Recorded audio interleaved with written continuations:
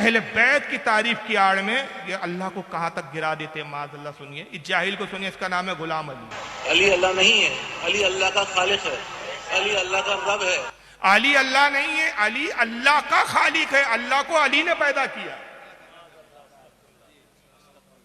ये मौलाई है, ये जाहिल है ये लोग। सुनिए, अली अल्लाह नहीं है, अली अल्लाह का खालिक है, अली अल्लाह का रब है, अली अल्लाह का राज़िक़ है, अली अल्लाह से बहुत ऊपर है। अल्लाह की मेराज क्या है? अल्लाह की मेराज ये है कि वो दरे सैयदा जल्ले शानहू पर अपनी दाढ़ी से झाड़ू लगाता है।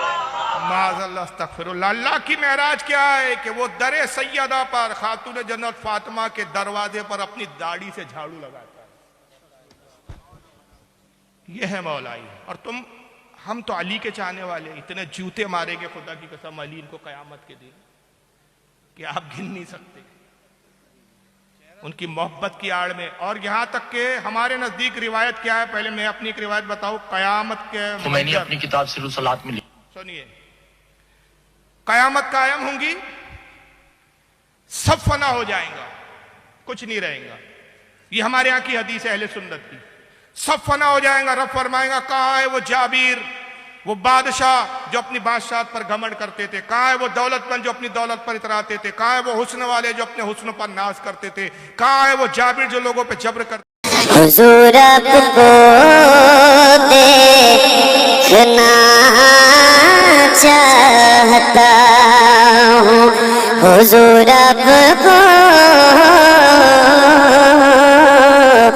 देखना चाहता हूँ। मुझे ये कहकर मदू किया गया कि यहाँ पर राफियत काफी फैल रही है, नीम राफियत फैल रही है। इसकी तरदीद करना है, अकीदे अहले सुन्नत बताना है, और जो लोग गुमराह हो गए हैं उनको समझाना है। अब जाहिर है कि जब ये जलसे की नौइयत है, इसलिए कि बहुत जिम्मेदारी है, कुछ समझाना है, कुछ बताना है। और ऐसे जलसे में 4-4 मुकर्रिर, 2-2, 3-3 शोरा। मैं मुकर्रिर की तस्लील नहीं कर रहा हूँ, हमारे उलमा सरों का ताज है, उनका कसूर नहीं है। आपने उनको बुलाया है, वो कोई जबरदस्ती नहीं आए हैं, बिन दावत नहीं आए हैं, आपने दावत दी। बल्कि उन्हें इस बात की शिकायत भी होंगी, और उनकी शिकायत भी बजा है। मुझसे पहले जो शायर इस्लाम पढ़ रहे थे, मिर्ज़ा फिरदौस साहब, पहली मुलाकात है मेरी इनसे। जाहिर है ये भी एक मेहमान है, आपके दूर से आए हैं, ये खुद से नहीं आए हैं, आपने मदू किया है, बुलाया है।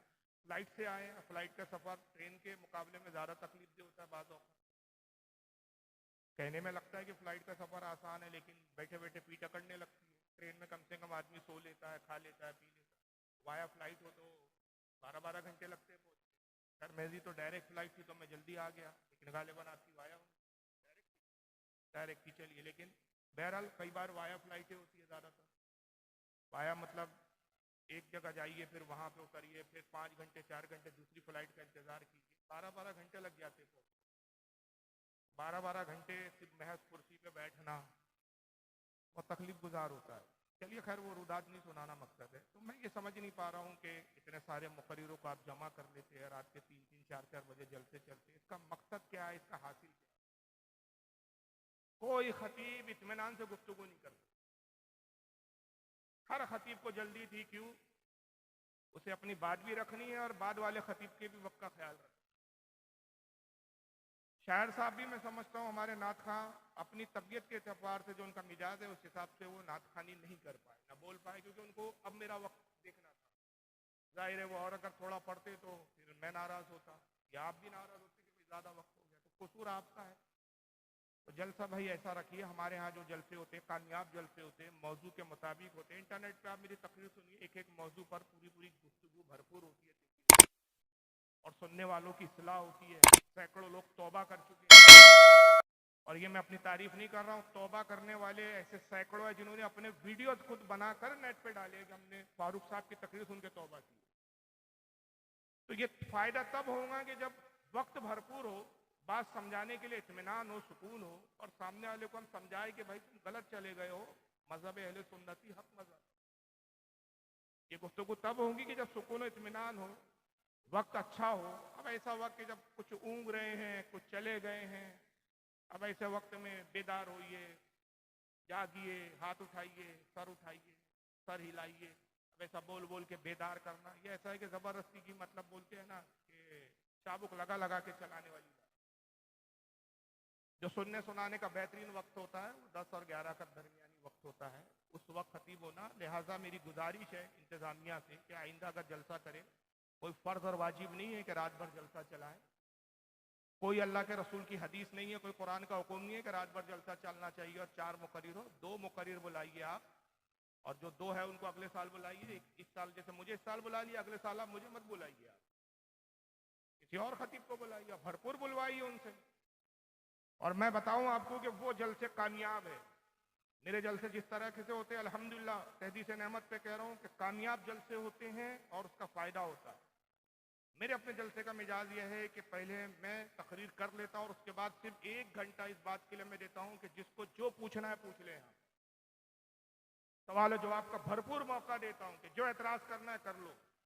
बल्कि अगर ऐसे इलाके कि जहाँ बदअकीदा ज़्यादा है तो वहाँ मैं ये बोलता हूँ कि भाई मैं बैठा हूँ, अगर मुनाजरा करना हो तो माइक भी हाजिर है, स्टेज भी हाजिर है, आके बैठ जाओ। तो सामने वाले की तशबीह तो हो। अब आप 1 घंटा और 1.5 घंटा दे रहे हैं, तो अब 1 घंटा मेरी वो तकरीर नहीं है कि चीखा, चिल्लाया, शोर किया और खुदा हाफिज वक्त लिया और अपना लिफाफा लिया और चलते बस। भाई मैं जब आता हूँ तो मेरा मिजाज होता है कि जिस मकसद के लिए बुलाया उस मकसद की मैं तकमील कर सकूँ और उस मकसद की तकमील होना चाहिए। तो बहरहाल ये मैंने 2-3 मिनट बोल दिया ताकि आइंदा आप इस बात का ख्याल रखें कि ज़्यादा खतीब मत बुलाइए। आप 10 बजे जलसा शुरू कीजिए, 2 खतीब रखिए। पहला खतीब 1 घंटा बोले, दूसरे खतीब जो मेन खतीब है उसको 2 घंटा बुलवाइए भरपूर, और उन्वान दीजिए कि मौजू दीजिए, इसी मौजू पर आपको बोलना, मौजू से हटना नहीं है। आप इधर उधर की लंतरानी मत सुनाइए। बीमारी ये है, कैंसर है और इलाज बुखार का हो रहा है,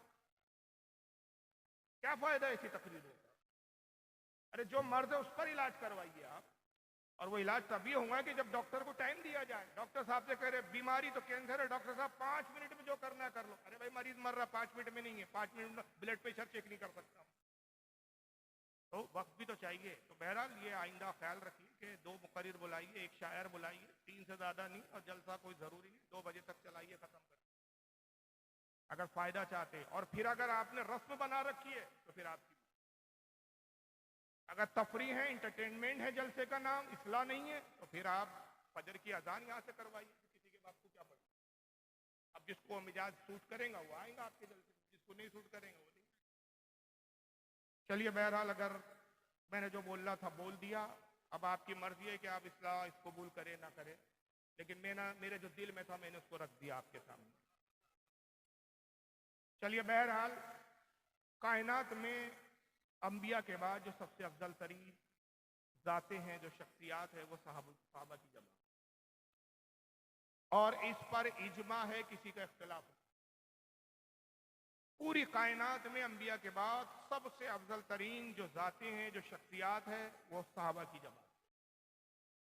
अब सवाल यह पैदा होता है कि सहाबी कहते किसको है? सहाबी वाहिद को कहते, एक हो तो सहाबी कहते, बहुत सारे लोग हो तो उसको सहाबा कहते या असहाब कहते। बाज़ औक़ात असहाब रसूल भी कहते, असहाबुन नबी भी कहते।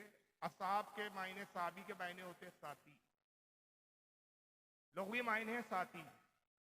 सहाबी रसूल यानी रसूल के साथी, असहाब रसूल यानी रसूलुल्लाह के साथी, ये लफ्ज़ी तर्जमा। अब सहाबी की तारीफ क्या है? मजमूई तौर पर हमारे उलमाए अहले सुन्नत ने सहाबी की जो तारीफ बयान की है वो ये है कि ईमान की हालत में अपनी माथे की आंखों से अल्लाह के नबी सल्लल्लाहु ताला अलैहि वसल्लम को देखा हो, दीदार किया हो, चाहे एक आन हो, एक घड़ी, एक झलक भी अगर हुजूर की ईमान की हालत में देख लिया, फासला चाहे कितने ही दूर का हो, ये नहीं कि हुजूर को करीब से देखा हो, पास बैठकर देखा हो, चाहे मजमे आम हो, भीड़ हो, हजारों लाखों की भीड़ हो, और रसूलुल्लाह को एक झलक देख लिया और हालत ईमान में देखा, फिर ईमान के साथ उसका खात्मा हो गया, उसे सहाबी कहते हैं। इमाम इब्न हजर फरमाते हैं कि सहाबी में वो भी दाखिल है कि जो नाबीना हो, अगरचे उसने आंखों से नहीं देखा, लेकिन रसूलुल्लाह की उस मजलिस में एक आन भी मौजूद हो जिसमें आका तशरीफ फरमा, तो वो भी सहाबी। अब ये एक आन देखा, एक घड़ी देखा रसूलुल्लाह को, आखिरी सहाबी जिसने सरकार को देखा। मुहद्दिसीन के नजदीक हुजर इब्न अदी रदी अल्लाह ताला अन्हु वो आखिरी सहाबी है जिन्होंने रसूलुल्लाह पर ईमान लाया। बाद ने इस पर इख्तलाफ किया, लेकिन जमहूर का, मेजॉरिटी का इस बात पर इत्तेफाक है कि सबसे आखिर में ईमान लाने वाली जो जात और शख्सियत है, उसके बाद हुजूर का फिर विसाल हो गया, इंतकाल हो गया। उसके बाद फिर हुजूर को किसी ने जाहिरी तौर पर नहीं देखा। वो आखिरी शख्सियत जिन्होंने हुजूर को देखा और ईमान लाए, उनका नाम है हुजर इब्न अदी रदी अल्लाह ताला।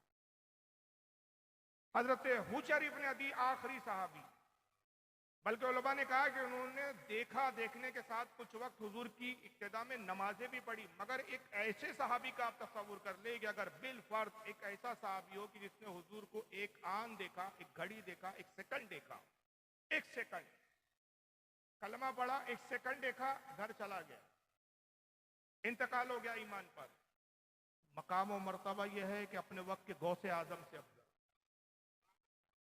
कुतुब से अफजल, अबदाल से अफजल, औताद से अफजल, बल्कि अफजलियत का मेयार, फजीलत का मेयार यह है कि कयामत तक जितने मुसलमान आएंगे, जितने हैं, जितने आएंगे, सबका ईमान एक तराजू के पल्ले में रख दो और उस एक सहाबी का जिसने हुजूर को एक आन देखा, एक पल्ले में रख दो। उसका फजीलत में, मर्तबे में, मकाम में इतना बुलंद मकाम है कि तमाम अहले ईमान का ईमान एक तरफ और उस सहाबी का ईमान एक तरफ।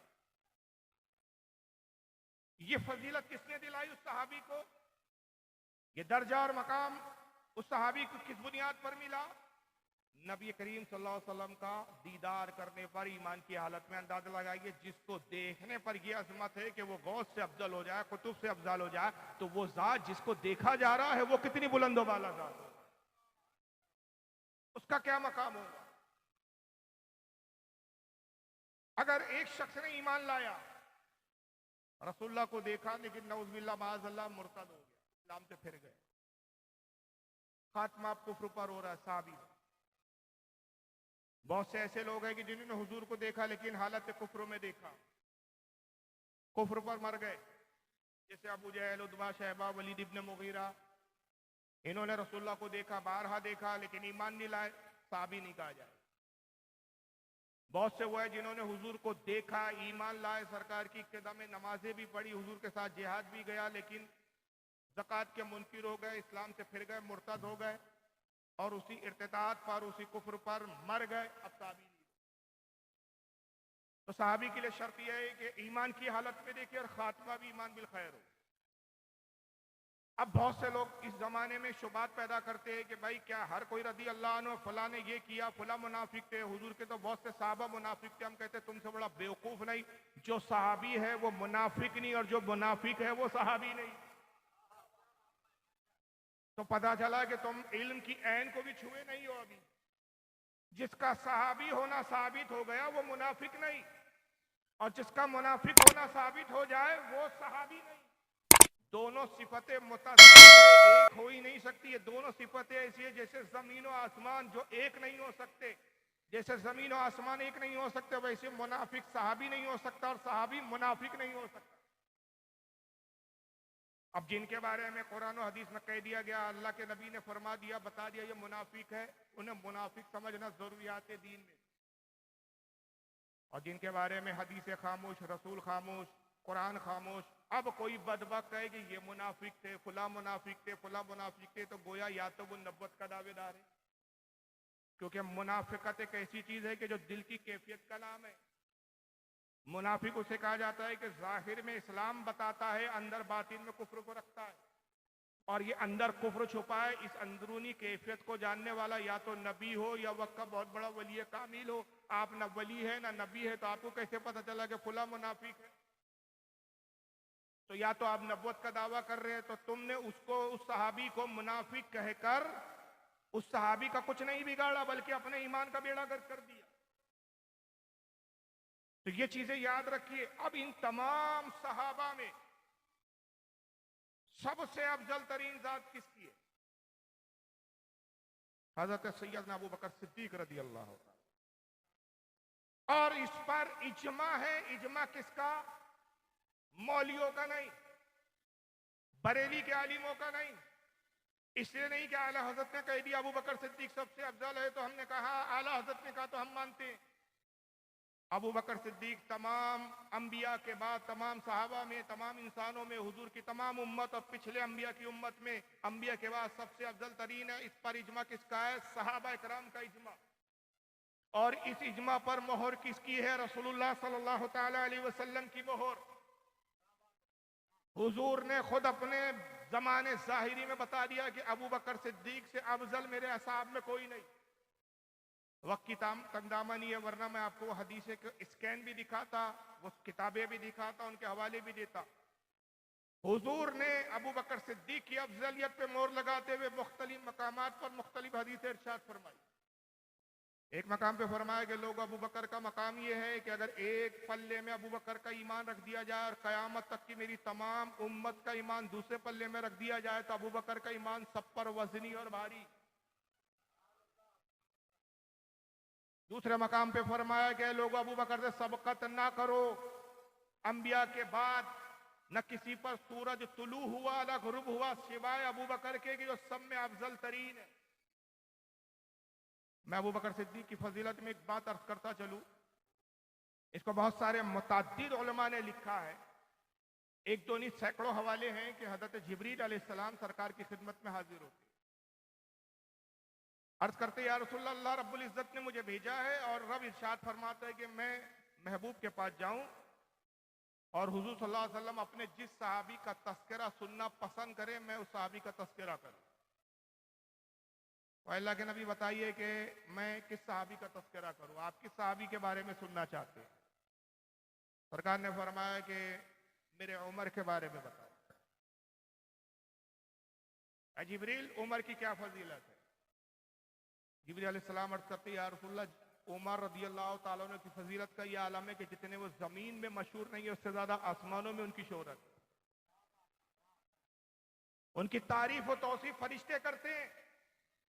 और ऐ अल्लाह के नबी सल्लल्लाहु तआला अलैहि वसल्लम, अगर मैं हजरत उमर की फजीलत बयान करना शुरू करूं और मुझे अगर नूह अलैहिस्सलाम की कौम में ठहरने के बराबर उम्र दे दी जाए, 900 साल का अरसा है, 950 साल दुनिया में मुझे अगर दे दिए जाए और आप तशरीफ फरमा हो और 950 साल तक मैं उमर की फजीलत बताता रहूं तो 950 साल गुजर जाएंगे, लेकिन उमर की फजीलत का एक बाब, एक चैप्टर भी मुकम्मल नहीं हो पाएगा। एक बाब मुकम्मल नहीं हो पाएगा। और ऐसे कई बाब है जो हजरत उमर की फजीलत में, ये उमर की फजीलत है। आका ने इरशाद फरमाया कि ऐ जिब्रील, ये जब उमर की फजीलत तो बताओ, अबू बकर के बारे में तुम क्या कहते हो? अर्ज के अल्लाह के नबी, अबू बकर सिद्दीक का मकाम यह है कि जितनी फजीलत उमर की और जितनी नेकियां उमर की, अबू बकर की एक नेकी के बराबर। जिंदगी की तमाम नेकियां उमर की एक पल्ले में और अबू बकर सिद्दीक की एक नेकी एक पल्ले। मगर फिर बात यहां ये शुरू होती है कि इख्तिलाफ इस पर होता है कि भाई चलो ठीक है, हमने मान लिया कि हजरत उमर से अफजल है अबू बकर सिद्दीक, मगर हमारा मसला तो हजरत अली का है। हम तो भाई हजरत अली को अफजल करार देते हैं। ताइए मौला कायनात खुद क्या कहते हैं, तो शरीफ पढ़े आप।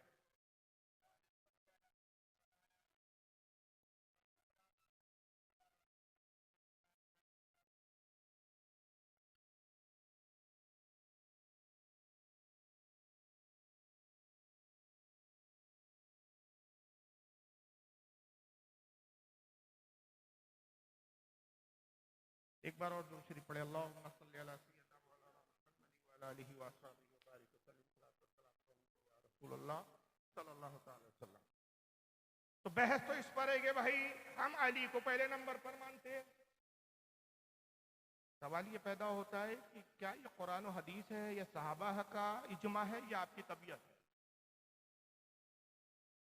आपकी तबीयत है तो आपकी तबीयत दीन नहीं हो सकती। आपका कौल हुज्जत नहीं है, हुज्जत मौला अली का कौल है। हुज्जत सहाबा का इजमा होगा, हुज्जत हदीस रसूल होंगी। तो क्या सिर्फ एक हजरत अबू बकर की नेकी और उमर की जिंदगी भर की तमाम नेकियां क्या सिर्फ हजरत उमर का है? आइए मौला अली खुद क्या कहते हैं। रिवायत है अन कैसिन काला अली बिन अबी तालिब रदी अल्लाह तआला अन्हु, हजरत कैस रिवायत करते हैं कि हजरत मौला अली रदी अल्लाह तआला ने इरशाद फरमाया वहल अना, फरमाया कि लोगों मैं क्या हूं। ये अली कह रहे हैं। जब अली का इकरार हो तो कोई अगर अली से मोहब्बत का दावा करता हो तो ये कैसा दावा है कि दावा मोहब्बत अली का हो और नाफरमानी मौला अली की जाए? ये कैसा मौलाई है? ये मौलाई तो वो होता है जो मौला की माने। तो मौला कायनात तो ये कह रहे हैं, और ये हदीस है, क्या आपने पढ़ी नहीं? और ये अहले सुन्नत की किताबों में है। तो अगर ये किताबें आपके नजदीक मोतबर नहीं तो खुलकर ऐलान कर दीजिए कि हम राफदी सुन्नी बोल के लोगों को धोखा दे क्यों रहे हो? तो इसका मतलब तुम भी जानते हो कि शिया फिरका इतना बदतरीन फिरका है कि उस फिरके से अपने आप को नामजद करने में तुम्हें भी शर्म हया आ रही है। यही वजह है कि तुम अपने आप को सुन्नी बता रहे हो, हरकतें शियाओं की कर रहे हो। अगर मजहब शिया हक होता तो तुम डंके के छोड़ पे शिया कहते, सुन्नी बनकर ना आते। आ रहे हो सुन्नी बन के, बात शियाओं की कर रहे हो। ये तो अहले सुन्नत की रिवायत है। और सिर्फ रिवायत ये है कि मौला अली कहते, हजरत कैस ताबई है, मौला अली के असाब में वो रिवायत करते कि मौला अली ने मजलिस में कहा, फरमाया वहल अना, कौन हूं मैं, क्या हूं मैं, इल्ला हसनतन मिन हसनाती अबी बकरिन, सिवाय इसके कि अबू बकर की नेकियों में से एक नेकी। कौन कह रहा है? वहां जिब्रील ने कहा था। जिब्रील ने क्या कहा? या रसूलुल्लाह, उमर की तमाम नेकियां तो अबू बकर की एक नेकी। अब तुम तो कहते हो कि साहब अली अंबिया से भी अफजल, हालांकि अकीदा कुफरिया है, मगर तुम्हारा अकीदा है। तो जब अंबिया से अली को अफजल माना तो जिब्रील से अफजल, तो वहां तो कहने वाला जिब्रील है, यहां तो खुद अली है। तो फिर अली को क्यों नहीं मान रहे हो? मौला अली खुद कह रहे हैं कि मैं कौन हूं सिवाय इसके कि हजरत अबू बकर की नेकियों में से एक ने किया। और इसको कितने लोगों ने लिखा? हजरत इमाम इब्ने असाकिर ने लिखा है। मेरे पास वक्त नहीं है कि मैं एक इमाम के बारे में थोड़ा थोड़ा तारुफ पेश करूं। ये इमामों की किताबें हैं, मौलियों की किताबें नहीं। फिर इमाम जब मैं लफ्ज इस्तेमाल करूं तो इमाम से मस्जिद का इमाम नहीं, उम्मत का इमाम, अपने जमाने का इमाम, अपने वक्त का इमाम। और जिनके मैं नाम ले रहा हूं, जिनकी मैं किताबों के रेफरेंस कोट कर रहा हूं, इनकी इमामत पर कुल उम्मत का इत्तेफाक इनके इमाम होने पर। आपका तो इमाम होने का ये आलिम मस्जिद के इमाम है, आपकी जमातियों का इत्तेफाक पूरा नहीं। कुछ मान रहे हैं तो कुछ मानने के लिए तैयार नहीं। इसको इमाम इब्ने असाकिर लाए तारीख दमिश्क के अंदर, जिल्द नंबर 30 सफ़ा 383। हज़रत इमाम उशारी लाए इसको अपनी किताब फज़ाइल अबी बकर सिद्दीक सफ़ा नंबर 51 हदीस नंबर 29। और इमाम हज़रत मोहम्मद बिन अली उशारी कहते हैं इस्नादहु सालिहुन व रिजालुस सिक़ात, इस सनद के रावी साले हैं, नेक है, अच्छे रावी है, और इसकी सनद सिका है, अच्छी सनद है। ये हदीस ज़ईफ और कमजोर नहीं है, झूठी नहीं है, हदीस भी सेहत के हिसाब से सही है। इसको हज़रत इमाम इब्ने हुस्सामुद्दीन अल मुत्तकी अल हिंदी लारे कंजुल उम्माल जिल्द 12 सफ़ा 498 हदीस नंबर 35636। यही बुनियाद है कि जब अली ने कहा मैं क्या हूं, अबू बकर की एक ने की, उमर ने कहा कि मैं क्या हूं, जिब्रील ने कहा कि उमर की हैसियत क्या है अबू बकर के मुकाबले में, उमर की एक तमाम ने किया, अबू बकर की एक ने की। तो हज़रत उमर ने क्या इजहार किया? जब ये हदीस हज़रत उमर के कानों में पहुंची कि जिब्रील रसूलुल्लाह की खिदमत में आए और जिब्रील ने हुजूर से कहा कि या रसूलुल्लाह, अबू बकर की अजमत उमर के मुकाबले में बहुत ज्यादा है। तो उमर क्या कहते? आइए, उमर जैसा सहाबी अबू बकर की अफजलियत को मान रहा है, तुम कैसे सुन्नी हो कि जो उमर का भी इनकार कर रहे हो? हज़रत उमर क्या कहते हैं? लवादित्तो अभी शहरतुन फी सदर अबा बकरीन, का ऐ लोगों मैं क्या हूं, काश मैं उमर न होता, अबू बकर सिद्दीक के सीने का एक बाल होता। क्या होता मैं? अबू बकर सिद्दीक के सीने का एक बाल होता। ये कौन कह रहा है? उमर। कौन उमर? जिसके बारे में आका कह रहे अगर मेरे बाद कोई नबी होता तो उमर इब्ने खत्ताब। अब भी आपको अबू बकर सिद्दीक की फजीलत समझ में नहीं आ रही? अच्छा, आप किस इमाम की तकलीद करते हैं भाई? बोलिए। इमाम आजम अबू हनीफा रदी अल्लाह ताला। इमाम आजम अबू हनीफा क्या फरमाते हैं? इमाम आजम से पूछा गया, इसको मुतअद्दिद उलमा ने लिखा, और अकायद की किताबें हैं। कमाल तो ये है कि ये वो किताबें हैं जो मौलवी के कोर्स के दौरान में पढ़ाई जाती है, पढ़ी जाती है। पता नहीं ये कैसे आलिम बन रहे हैं कि पढ़ रहे हैं लेकिन समझ नहीं रहे। अकायद शरह अकायद नस्फी इमाम सादुद्दीन तफ्ताजानी की पढ़ लीजिए आप, शरह अकायद नस्फिया, उसके अंदर ये रिवायत मौजूद है। इसके अलावा अब्दुल वाहिद बिलग्रामी जो सादात में उन्होंने लिखा, कशफुल महजूम में दाता गनबख्श लाहौरी जो सैयद सादात है उन्होंने लिखा, मखदूम अशरफ जहांगीर सिमनानी ने लताइफ अशरफी में लिखा। मैं कितने हवाले दूं, कितने मुतअद्दिद उलमा इसको लिखते हुए आ रहे हैं। इमाम आजम अबू हनीफा से पूछा गया है कि इमाम आजम बताइए अहले सुन्नत की अलामत क्या है, अहले सुन्नत होने की पहचान क्या है, उसकी निशानी क्या है, कैसे जाना जाए कि भाई ये अहले सुन्नत से है, क्या पहचान है, किस पहचान से पहचाना जाएगा कि अहले सुन्नत से है? तो हज़रत इमाम आजम ने क्या फरमाया? कहा सुनो, अहले सुन्नत की पहचान ये है कि तू अबू बकर और उमर को तमाम साहबा में सबसे अफजल जान, और उस्मान गनी और मौला अली से मोहब्बत रख। ये अहले सुन्नत की पहचान है। और जब कोई इसके बरखिलाफ करता है तो वह अहले सुन्नत की पहचान को खो देता है। ये जनाब अबू बकर सिद्दीक की अफजलियत का मामला है। हज़रत अब्दुल वाहिद बिलग्रामी रहमतुल्लाह अलैह जो ज़ैदी सादात में पहले सैयद है जिन्होंने हिंदुस्तान में तशरीफ लाया, और इन्हीं से ज़ैदी सादात निकले। और यही वो ज़ैदी सादात की शाख है जो माहरा आई, जहां आला हज़रत फाजिल बरेलवी जैसा वक्त का मुजद्दिद जाके मुरीद हुआ। और माहरा की एक खासियत बता दूं, जो पूरे हिंदुस्तान, शायद हिंदुस्तान ही नहीं पूरी दुनिया में, एक फजीलत में माहरा की बता रहा हूं, जहां आला हजरत जैसा वक्त का मुजद्दिद मुरीद होने गया, वाहिद, ये पूरी दुनिया की वाहिद एक खान का है, पूरी दुनिया की कह रहा हूं मैं, लफ्जों पे गौर करें, पूरी दुनिया की वाहिद ये खान का माहरा मुकद्दसा जो ज़ैदी सादात से, और ज़ैदी सादात किसे कहा जाता है? ये हजरत इमाम ज़ैद शहीद जो इमाम ज़ैनुल आबदीन के बेटे थे, उनकी औलादों में ये सिलसिला नसब है। ज़ैदी सादात कहलाते। फजीलत क्या है इनकी? वाहिद ये वो खानका है जहां एक साथ लाइन से कतार में 6 कुतुब एक साथ आराम कर रहे हैं। दुनिया के कोई खानका नहीं मिलेगी जहां 6 कुतुब एक साथ लेके, ये वाहिद माहरा की खानका है। अब्दुल वाहिद बिलग्रामी उस खानदान के वो जद्दे आला है जहां से ये नसब चला। उन्होंने अपने जमाने में अपने खानदान वालों अहले सादात की इस्लाह के लिए किताब लिखी जिसका नाम है सबह सनाबिल शरीफ। फारसी एडिशन है इसका, मैं जो हवाला दे रहा हूं, उर्दू में भी आ चुकी है ये, फारसी एडिशन का सफ़ा नंबर 12। उसके अंदर वो खुद नकल फरमाते हैं कि मौला अली खुद रावी है, रिवायत मौला अली कर रहे हैं। मौला अली कहते हैं हम असाब बैठे हुए थे कि अबू बकर सिद्दीक आए, और आने के बाद अर्ज करते कि या रसूलुल्लाह सल्लल्लाहु अलैहि वसल्लम, ईमान के कितने दर्जे? आका ने फरमाया अबू बकर ईमान के 70 दर्जे। फिर रसूलुल्लाह ने ईमान का एक दर्जा बताया, अबू बकर चले गए। दूसरे दिन आए, फिर पूछा या रसूलुल्लाह ईमान का दूसरा दर्जा क्या है? सरकार ने बताया, अबू बकर सुने चले गए। तीसरे दिन आए, या रसूलुल्लाह ईमान का तीसरा दर्जा क्या है? साहबा हैरान के एक साथ क्यों नहीं पूछ लेते, सरकार भी एक साथ क्यों नहीं बता देते? एक एक पूछ रहे हैं और एक एक दर्जा बताया जा रहा, मगर किसी की हिम्मत नहीं हुई कि इस मामले में, क्योंकि बात सिद्दीक और नबी की है। जब सिद्दीक उस अंदाज में पूछ रहे हैं तो नबी उसी अंदाज में जवाब दे रहे। नबी खुद नहीं कहते कि अबू बकर एक एक दर्जा क्यों पूछते हो, एक ही साथ में 70 दर्जे सुना देता हूं। इतनी याददाश्त तो कमजोर नहीं है तुम्हारी कि मैं 70 एक साथ बयान करूं और तुम उन 70 दर्जों की तारीफ भूल जाओ।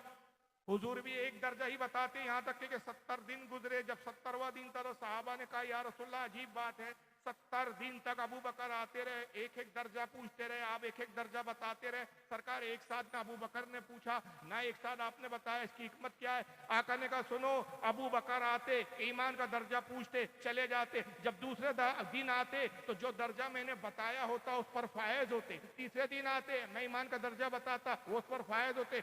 70 दिन में अबू बकर 70 ईमान के दर्जों पर फायज थे। और मेरी तमाम उम्मत में सिवाय अबू बकर के ऐसा कोई कोई नहीं जो 70 के 70 ईमान के दर्जों पर फायज है सिवाय अबू बकर। एक दूसरे मकाम पे आका कहते हैं यही सब है सनाबिल शरीफ, और इसको चलो अब्दुल वाहिद बिलग्रामी से आप मुतमईन ना हो। बहुत सौ के पेट में दर्द होगा, सब है सनाबिल शरीफ को नहीं मानते। चलिए आइए अब्दुल वाहिद बिलग्रामी से भी बहुत पहले 200 हिजरी के इमाम हज़रत इमाम इब्ने अबी दुनिया, उनकी किताब मकारिमुल अखलाक सफ़ा नंबर 29 पे उन्होंने भी रिवायत की। हाफिज इब्ने असाकिर 500 हिजरी के इमाम तारीख दमिश्क जिल्द नंबर 3 सफ़ा 130 पे लिखा। हज़रत इमाम खैसमा ने फ़ज़ाइल सहाबा सफ़ा 141 पे लिखा। इमाम इब्ने हजर अस्कलानी जरा तादील के मोतमद मुस्तनद आलिम दीन फन्ने रिजाल में जिनको सनद माना जाता है, जिनकी हैसियत को इमाम इब्ने हजर अस्कलानी रहमतुल्लाह अलैह लिसानुल मिजाज जिल्द नंबर 3 सफ़ा 187 पे, इमाम मुहिबुद्दीन तबरी ने अर्रियाज़ी नज़ीरा जिल्द 2 सफ़ा 113 पे लिखा, और भी उलमा ने लिखा। तो बहरहाल अबू बकर सिद्दीक की फजीलत में कहाँ तक बताऊँ, वक्त नहीं है। बस आखिरी में मैं एक हदीस सुना रहा हूँ जो फैसला कौन है, बात उस पर खत्म।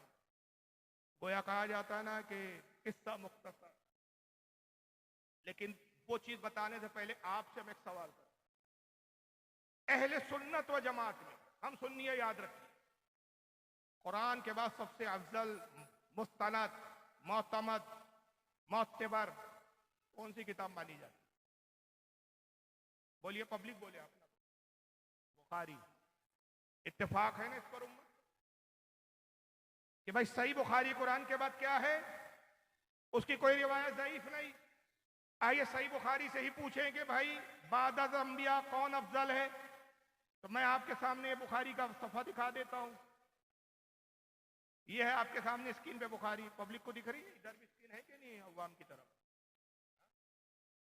ये दिख रही है सही बुखारी आपके सामने। सही बुखारी किताब असहाबुन नबी सल्लल्लाहु अलैहि वसल्लम हदीस नंबर 3671। सही बुखारी सऊदिया का छपा हुआ नुस्खा हदीस नंबर 3671। अन मोहम्मद इब्न हनफिया काल, मोहम्मद इब्न हनफिया रिवायत करते हैं। ये मोहम्मद इब्न हनफिया कौन है, जरा बताएं आप। मजमे में से कोई बता सकता है ये मोहम्मद इब्न हनफिया जो इस हदीस को रिवायत कर रही है कौन? मौला अली के बेटे। मगर सवाल होता है कि भाई मोहम्मद इब्न अली क्यों नहीं कहा फिर आपने? इमाम बुखारी ने मोहम्मद इब्न हनफिया क्यों लिखा, मोहम्मद इब्न अली क्यों नहीं लिखा?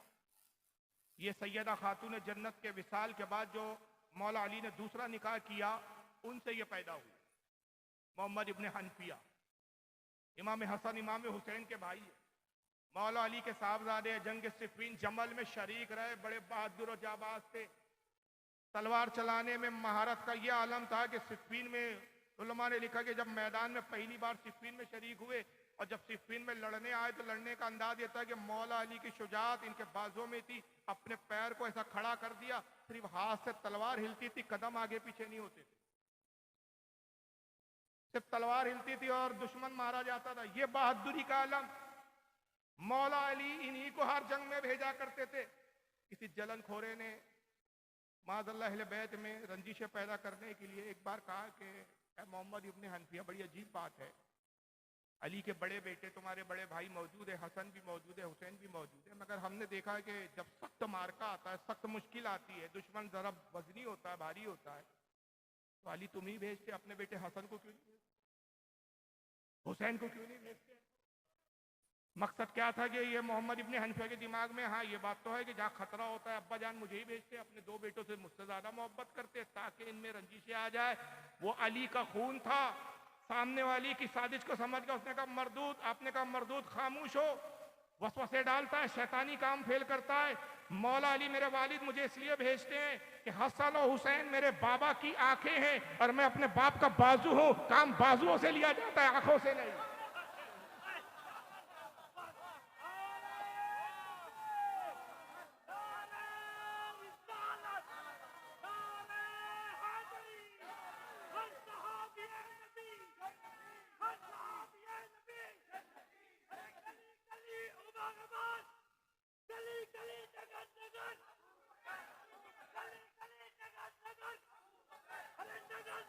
गली ये है मोहम्मद इब्ने हनफिया रज़ी अल्लाह ताला अन्हु, अली के साहबजादे। लेकिन हनफिया इसलिए कहते हैं कि इनके नाना का नाम था हनी। इसका नाम था हनीफा, नाना का। वो बड़े इबादत गुजार थे, बड़े कुरान के बेहतरीन कारी थे। ये इबादत और रियाजत और ज़ोद और तक़वा में अपने नाना का परताव थे। नाना की तरह आबिद ज़ाहिद थे, हमा वक्त कुरान की तिलावत में मसरूफ रहते थे। इसलिए लोगों ने इनको हनफिया, इब्ने हनफिया कहना शुरू कर दिया, निस्बत नाना की तरफ करके हनफिया का बेटा कहना शुरू कर दिया। और ये इतना मशहूर हुआ कि मौला अली ने भी इस नाम को पसंद किया और कहा कि तुम अपना नाम मोहम्मद इब्ने हनफिया ही लिखा, अपने नाना की तरफ निस्बत करो, वरना है ये हकीकत में कौन? मोहम्मद इब्ने अली। वो रिवायत करते मुझे बताओ, इस रिवायत के बाद किसी और रिवायत की जरूरत बच जाती है, रह जाती है? मौला अली का शहजादा रिवायत करते कहता है, काला कुल्तु ले अबी, मैंने अपने वालिद से सवाल किया। वालिद यानी किससे? मौला अली। मैंने अपने वालिद मौला अली से सवाल किया, अय्युन नासी खैरुन बादा रसूलिल्लाहि सल्लल्लाहु अलैहि वसल्लम। अब्बा जान आप बताइए, रसूलुल्लाह के बाद सबसे अफजल कौन है? पूछ रहा है बेटा, जवाब अब्बा का। पूछने वाला भी अजीम, बताने वाला भी अजीम। मौला अली ने तवक्कुफ नहीं किया, सोचा नहीं, गौर व फिक्र नहीं किया। जैसे ही बेटे ने पूछा, अय्युन नासी खैरुन बादा रसूलिल्लाहि सल्लल्लाहु अलैहि वसल्लम, अब्बा जान बताइए रसूलुल्लाह के बाद, अंबिया के बाद सबसे अफजल कौन है? काला अबू बकरिन, का बेटा अबू बकर है। फिर उन्होंने दूसरा सवाल किया, कुल तो सुम्मा मन, अब्बा जान उनके बाद कौन अफजल है? अबू बकर के बाद कौन है? मौला अली ने फरमाया सुम्मा उमर हो, कहा वो उमर है। अब बेटा बेटा होता, देखा अब्बा जान तो बड़ा अजीब जवाब दे रहे हैं। मैं कह रहा हूं कौन अफजल, तो अबू बकर का नाम ले लिया। फिर मैंने कहा सुम्मा मन, उनके बाद कौन, तो उमर का नाम ले लिया। खुद हजरत मोहम्मद इब्ने हनफिया कहते हुए खशी तो यकूला उस्मान, अब मुझे डर हुआ कि मैंने फिर पूछा उसके बाद कौन, तो उस्मान का नाम ले लेंगे। अगर मैंने इस तरह सवाल किया सुम्मा मन, उनके बाद कौन, तो उस्मान का नाम ले लेगी, तो मैंने सवाल ही बदल दिया, ताकि पहले नंबर पे अब्बा नहीं है, दूसरे नंबर पे नहीं है, तो कम से कम तीसरे पे तो आ जाए अब्बा जान।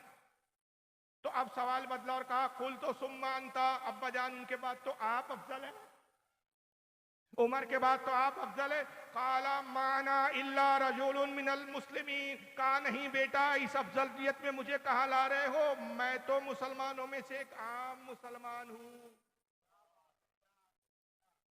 ये मौला अली की इनकिसारी है। अहले सुन्नत के इजमा के मुताबिक आपका नंबर चौथा। बुखारी कुरान के बाद सबसे अफजल। और फिर सवाल ही नहीं कि इसको सिर्फ इमाम बुखारी ने लिखा, ये मुस्लिम में भी है, ये हदीस अबू दाऊद में भी है, ये हदीस इमाम अहमद इब्ने हम्बल ने भी लिखी। इसी हदीस को गौसे आजम ने गुनीतुत तालिबीन में लिखा। इसी हदीस को मखदूम अशरफ जहांगीर सिमनानी ने लताइफ अशरफी में लिखा। इसी हदीस को इमाम बहकी ने लिखा। इसी हदीस को इमाम इब्ने अब्दुल बर ने लिखा। इसी हदीस को इमाम इब्ने अबी आसिम ने लिखा। इस पर मैंने जब हवाले जमा किए 144 मुस्तनद हदीसों की किताबों में रिवायतें मुझे मिली। बुखारी से लेकर हजरत मुजद्दिद अल्फसानी और मुजद्दिद अल्फसानी से लेकर इमाम अहमद अज़म मुहद्दिस बरेलवी तक सब इस रिवायत को लिखते आ रहे हैं। अब एक छोटा सा सवाल, अब अगर कोई आपके पास आए तो कहे अली का पहला नंबर, दमादम मस्त कलंदर अली का पहला नंबर, उससे एक सवाल, तो शिया है कि सुन्नी? जवाब बाद में दिया जाएगा। अफजल अबू बकर है या अली है, इसका जवाब बाद में। पहला ये सवाल, तू अपनी पोजीशन बता, तू शिया है क्या सुन्नी? अगर शिया है तो हमारी बला से तुझे जवाब देना हम पर वाजिब नहीं, जरूरी नहीं। अब अगर तू शिया है तो फिर जवाब दूसरे एंगल से दिया जाएगा, किताबें दूसरी होंगी, जवाब की नौयत दूसरी होंगी, क्योंकि तेरा फिरका अलग है। अब तू जान, तेरे काले कपड़े, तेरा मातम, तेरा सीना पीटना, तेरा सीना चीरना, तेरे मातम उठा करना, वो तू जान, हमें गरज नहीं शियाओं से, राफदियों से।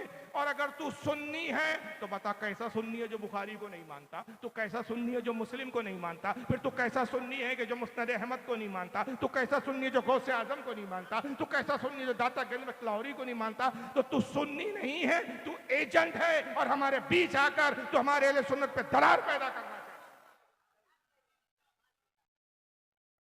गुफ्तगू करने का अंदाज सीखिए। हर सवाल का जवाब देने में जल्दबाजी नहीं, पहले सामने वाले की हैसियत तो तय हो। तेरी अपनी हैसियत क्या है? किस हैसियत की बुनियाद पर तू गुफ्तगू कर रहा है? किस हैसियत की बुनियाद पर बात कर रहा है?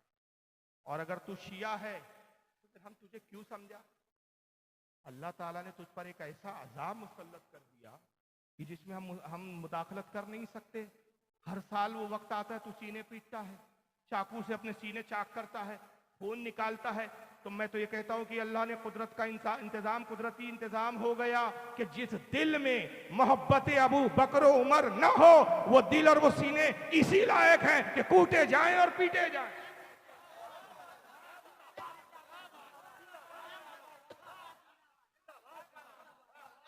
अब उस अजाब से हम रोके क्यों तुझे? जब मर्जी खुदा है तो फिर हम उस मर्जी खुदा के आड़े आए क्यों? हाँ, सुन्नी बोल रहा है तो हमसे फिर तुझसे हमारी हमदर्दी है, और जब हमदर्दी है तो हम मुतालबा करेंगे। सुन्नी हो के बुखारी नहीं मानता?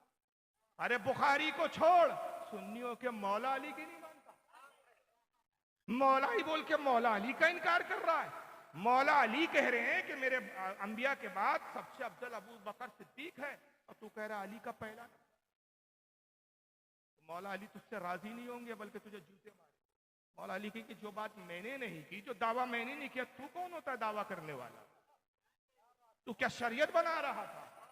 जो बात कहने की मुझे नबी ने इजाजत ना दी, तुझे कहां से इजाजत मिल गई? तूने शरीयत बनाई कहां से, गढ़ी कहां से? याद रखिए, मैं मौला अली की रिवायत इतनी सुना सकता हूं, और इस पर तो मैं एक मुस्तकिल किताब लिख रहा हूं। 250 सफ़े किताब के लिखे जा चुके हैं, और इंशाल्लाह 300-350 सफ़े तक जाने की उम्मीद है। मैं उसमें सिर्फ वो रिवायतें जमा कर रहा हूं। किताब का नाम ही मैंने वो रखा है। असल में मुझे प्रॉब्लम यह है, काफी दिन से मैं लिख रहा हूं, लेकिन वक्त की बड़ी किल्लत रहती मेरे पास।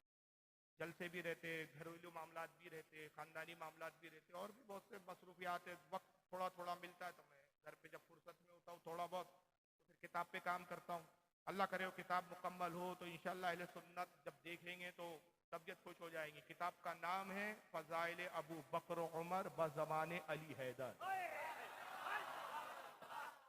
सिर्फ वो रिवायतें उसमें मैंने जमा की कि जो रिवायतें सिर्फ मौला अली से आई। मौला अली के अलावा किसी की रिवायत की रावी है, अगर वो जमा करूं तो कई जिल्दों में किताब बन जाए। लेकिन सिर्फ वो रिवायतों पे मैं काम कर रहा हूं जो सिर्फ मौला अली ने अबू बकर और उमर की फजीलत पर जिक्र अहले बैत ने किया है। हजरत सैयदना इमाम जाफर क्या कहते हैं, ये एक सिलसिला है, वक्त नहीं है मेरे पास। इमाम ज़ैनुल आबिदीन ने क्या कहा, इस पर तो अहले बैत का इजमा है कि अंबिया के बाद सबसे अफजल अबू बकर, और ये मर्दूद आज अबू बकर को गालिया बकर। इन जाहिल मौलाइयों को पता नहीं कि जिन्हें गाली बकरे वो है कौन। इनसे एक छोटा सा सवाल कीजिए, कोई कल शिया मिल जाए तो उससे कहिए कि भाई हम हनफी है। अहले सुन्नत 4 मसालिक में तकसीम है। ये बातें याद रख लीजिए आप। ये मोटी मोटी चंद मैं बातें बयान कर रहा हूं कि ये बातें अगर आपने सिर्फ याद रख ली, पूरी हदीसें याद ना रखे, हवाले याद ना रखे, ये 4-5 बातें याद रख ली आपने, मैं खुदा की कसम कहता हूं आप मुनाजिर हो। ये 4 बातों में खा जाएंगे आप। पहला, भाई तू अबू बकर पे लानतान कर रहा है, और किन बुनियादों पे लानतान किया जा रहा है मैं आगे बताऊंगा, आपको दिखाऊंगा भी इंशाल्लाह। अबू बकर पे सिद्दीक पे लानतान, हजरत उमर पे लानतान, उस्मान गनी पे लानतान, और सबसे ज्यादा इस वक्त अगर किसी जात पे लानतान हो रहा है तो हजरत सैयदना अमीर मुआविया रज़ी अल्लाह ताला।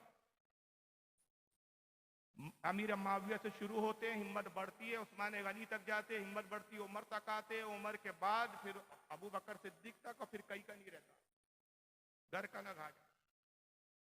तो अबू बकर पे लानत तान कर रहा है। तो भाई अहले सुन्नत 4 मज़ाहिब में, जिसका आमतौर पर मसलक बोलते हैं, हकीकत में वो मजहब है, मसलक और होता है।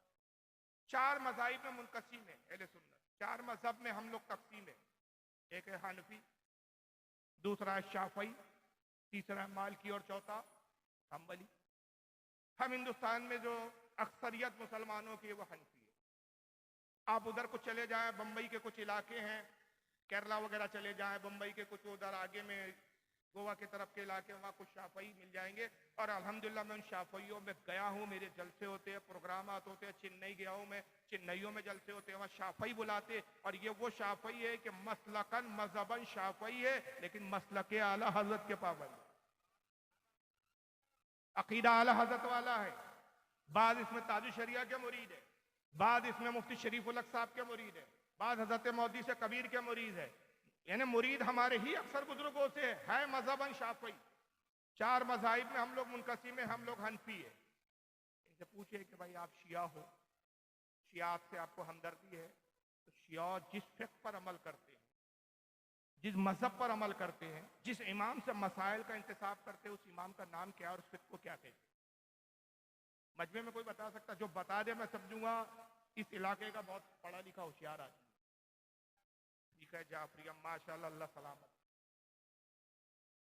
आफ्ताब नाम है आपका, माशाल्लाह आपको और हकीकत में आफ्ताब है। अच्छों को नहीं पता भाई।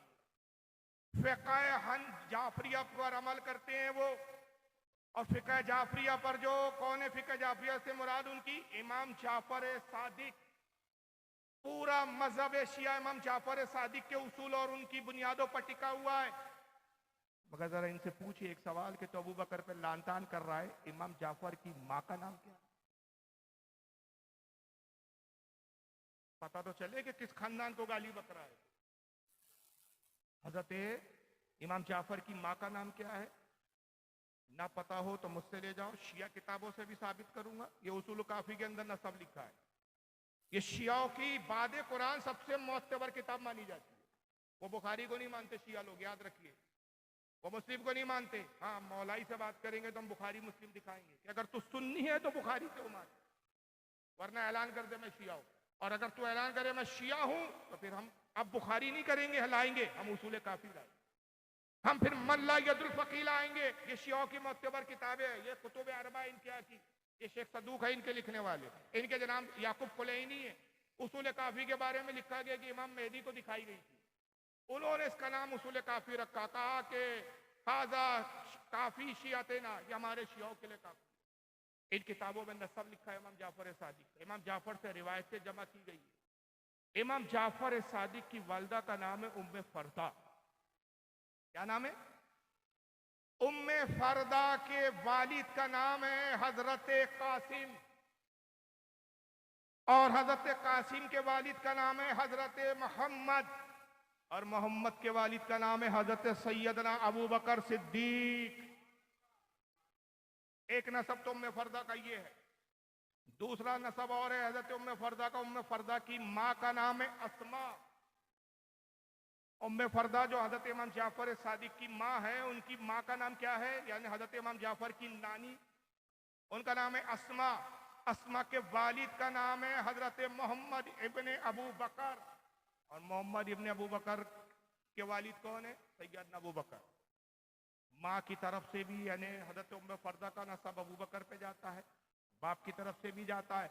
पता चला कि इमाम जाफर के नाना है अबू बकर, दादा है मौला अली, नुतफा पाक है अली का और खून मुबारक है अबू बकर का।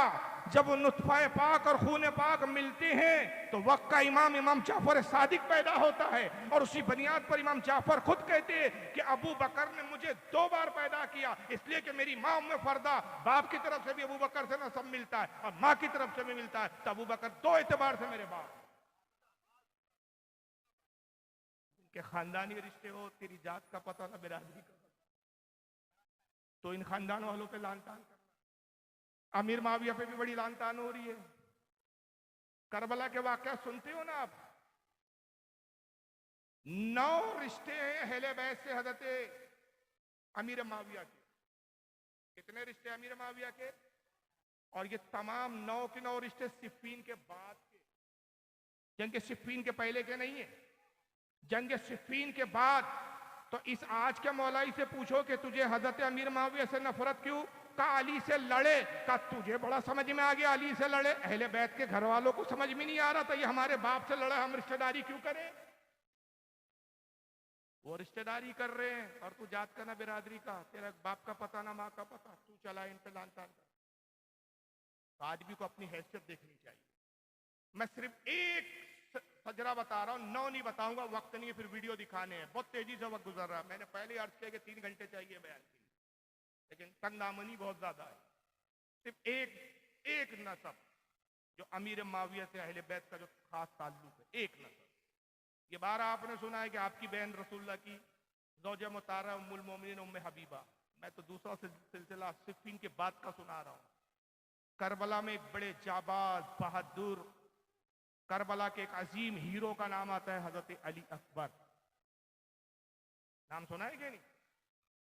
कौन सा राफ़दी है जो अली अकबर की शहादत रो रो के बयान नहीं करता? हम शबीए पैगंबर इनका लक़ब था, रसूलुल्लाह की शबी थे, और हुजूर से चेहरे मुबारक इतना मिलता था, इतनी तशबीह थी रसूलुल्लाह के चेहरे मुबारक थे कि जब मैदान करबला में लड़ने आए हजरत अली अकबर, यजीदी भी इनके चेहरे को देखकर रोने लगे थे कि ऐसे शहजादे को भी हमें कत्ल करना पड़ेगा यजीद की खातिर। अली अकबर इमाम हुसैन के साहबजादे, जरा इन पूछो मौलाइयों से कि अली अकबर आसमान से तो नहीं टपके थे, इंसान के वजूद के लिए एक औरत की माँ की भी जरूरत पड़ती है, और माँ वो है जिसके बारे में आका ने कहा कि उसके कदमों के नीचे जन्नत है। अली अकबर की माँ का नाम क्या है? इमाम हुसैन की बीवी है, अली अकबर की माँ है। कौन है भाई? उनका नाम है उम्मे लैला। क्या नाम है? उम्मे लैला की माँ कौन है? उनका नाम है मैमुना। और मैमुना कौन है? मैमुना हजरत अमीर माविया की सगी भानजी है।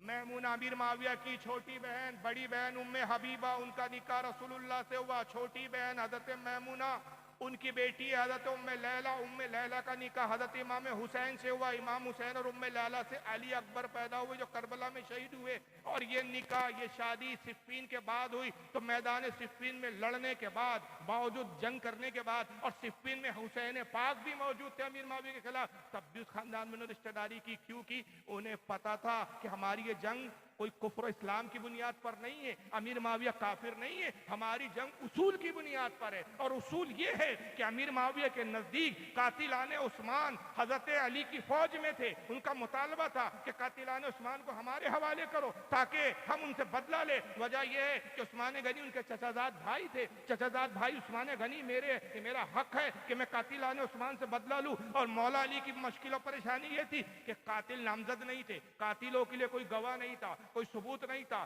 कातिल जो गए चेहरों पे नकाब डाल के गए, उस्मानी गनी को शहीद कर दिया। वो लोग इकरार नहीं कर रहे थे कातिल हम हैं। तो ऐसी सूरत में कातिलों को तलाश करना इतना आसान था नहीं।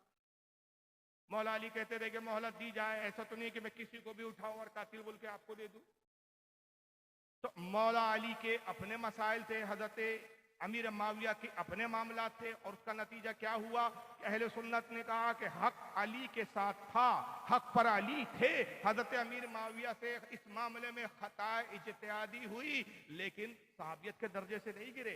ये माज़अल्लाह काफिर नहीं हो गए, माज़अल्लाह मुनाफिक नहीं हो गए। अब तो आज मुनाफिक कहता है और सरकार गौसे आजम खुदियत तालिबीन में कहते हैं, इसी खानदान के फर्द है, इसी खानदान के खानवादे, वो कहते हैं कि अजीज खबरदार खबरदार, अमीर माविया पे लान तान ना करना। बल्कि मौला अली से तो हम तक ये रिवायत पहुंची कि मौला अली फरमाते क़यामत के दिन जो भी हमारे आपसी मामलात हुए अल्लाह ताला उसको हल फरमा देगा और जन्नत में हम पास पास कुर्सियों के एक साथ बैठे हुए होंगे। इनके मामला तो अल्लाह हल कर देगा साहबी होने की बुनियाद। अब तुम सोचो तुम्हारा ठिकाना क्या होगा? लान तान करें, इनको बुरा बोल के तुम अपनी कितनी आखिरत को तबाह कर रहे हो। सैयदना अबू बकर सिद्दीक पे जो सबसे पहला इल्जाम इन्होंने लगाया, भाई अबू बकर से क्यों नफरत है? कहा हज़रत फातिमा का बाग था, फदा को खा गए। अब ये एक बड़ी तफसीली गुफ्तगू है, इस पर वक्त नहीं है मेरे पास। दूसरा इल्जाम, अबू बकर सिद्दीक ने कुरान बदल दिया, जितने फजाइल अहले बैत की हदीसें थी वो सब निकाल दी, जितनी मौला अली की फजाइल में आयतें थी वो सब निकाल दिया, कुरान चेंज कर दिया। और तीसरा जो सबसे बड़ा इल्जाम है वो ये कि माज़अल्लाह हज़रत खातून जन्नत सैयदा फातिमा को कत्ल कर दिया। कत्ल करने वाला कौन? उमर इब्ने खत्ताब। ये किससे गढ़े गए? इस्लाम को डैमेज करने के, इस्लाम को कमजोर करने के लिए। बल्कि माज़अल्लाह यहां तक लिखा गया, जिस फिरके का ये बातिल अकीदा हो वो फिरका कैसे हक पर हो सकता है? आइए इनकी किताब उसूलुल काफी, ये आपके सामने स्क्रीन, और सारी मन गढ़ंत बातें और रिवायतें इमाम जाफर के खाते में, जबकि ये सब झूठी रिवायतें, इसका सर न पाए। उसूलुल काफी जिल्द नंबर 2 सफ़ा 700 हदीस नंबर 4। आइए इमाम जाफर के खाते में रिवायत डाल के क्या कहा जाता है। कहते इन्नन नास तरतद्दू बाद रसूलुल्लाह सल्लल्लाहु अलैहि वसल्लम इल्ला नफरन यसीरा। कहते कि हुजूर का बस जैसे विसाल हुआ, हुजूर के विसाल के बाद सिर्फ चंद सहाबा थे जो ईमान पर रहे, बाकी सब के सब काफिर और मुर्तद हो गए। नऊज़ुबिल्लाह मिन ज़ालिक, शिया का ये सबसे पहला और बुनियादी अकीदा है कि हुजूर के विसाल के बाद जितने सहाबा थे सब काफिर हो गए। तो कितने लोग काफिर हुए भाई? अब उनके नाम निकाल लेना तो बड़ा मुश्किल है। मैं एक मोटी सी बात बता दूं कि उलमा ने लिखा कि जिस वक्त सरकार का मदीने में विसाल हुआ, कुल मदीने की आबादी 2.5 लाख। कितनी आबादी थी? 2.5। हज्जतुल वदा के मौके पर जो हुजूर ने आखिरी खुतबा दिया, हुजूर ने हज फरमाया पहला और जिंदगी का आखिरी, एक ही हज किया आका ने पूरी जिंदगी। उस हज में जो कुल सहाबा इकराम आपके साथ शरीक थे, 1,24,000 सहाबा शरीक। मदीने की कुल आबादी उस वक्त 2.5 लाख मदीना और उसके तरफ। शियाओं की मुअत्तबर किताब ये अकीदा बता रही है, और इस पर शियाओं का अकीदा है कि कहते हैं सिर्फ 10 सहाबा थे जो ईमान पर रहे, नाम भी लिखे नहीं। सिर्फ 10 सहाबा ईमान पर है, जिसमें एक हजरत सलमान फारसी, हजरत मिकदाद, हजरत अम्मार यासिर, हजरत अबू ज़र गिफ़ारी, हजरत जाबिर बिन अब्दुल्ला, हजरत अब्दुल्ला इब्न अब्बास, हजरत बिलाल इब्न हारिस, हजरत हुज़ैफा इब्न यमान, हुजैर इब्न अदी, और एक दो ऐसे नाम है। कुल 10 सहाबा है जो ईमान पर रहे। यानी इन नाबिकारों से पूछो, खुदा की कसम तुमसे बड़ा कज़्ज़ाब नहीं है, 2.5 लाख आबादी में से 10 मोमिन रहे और सबके सब मुर्तद हो गए।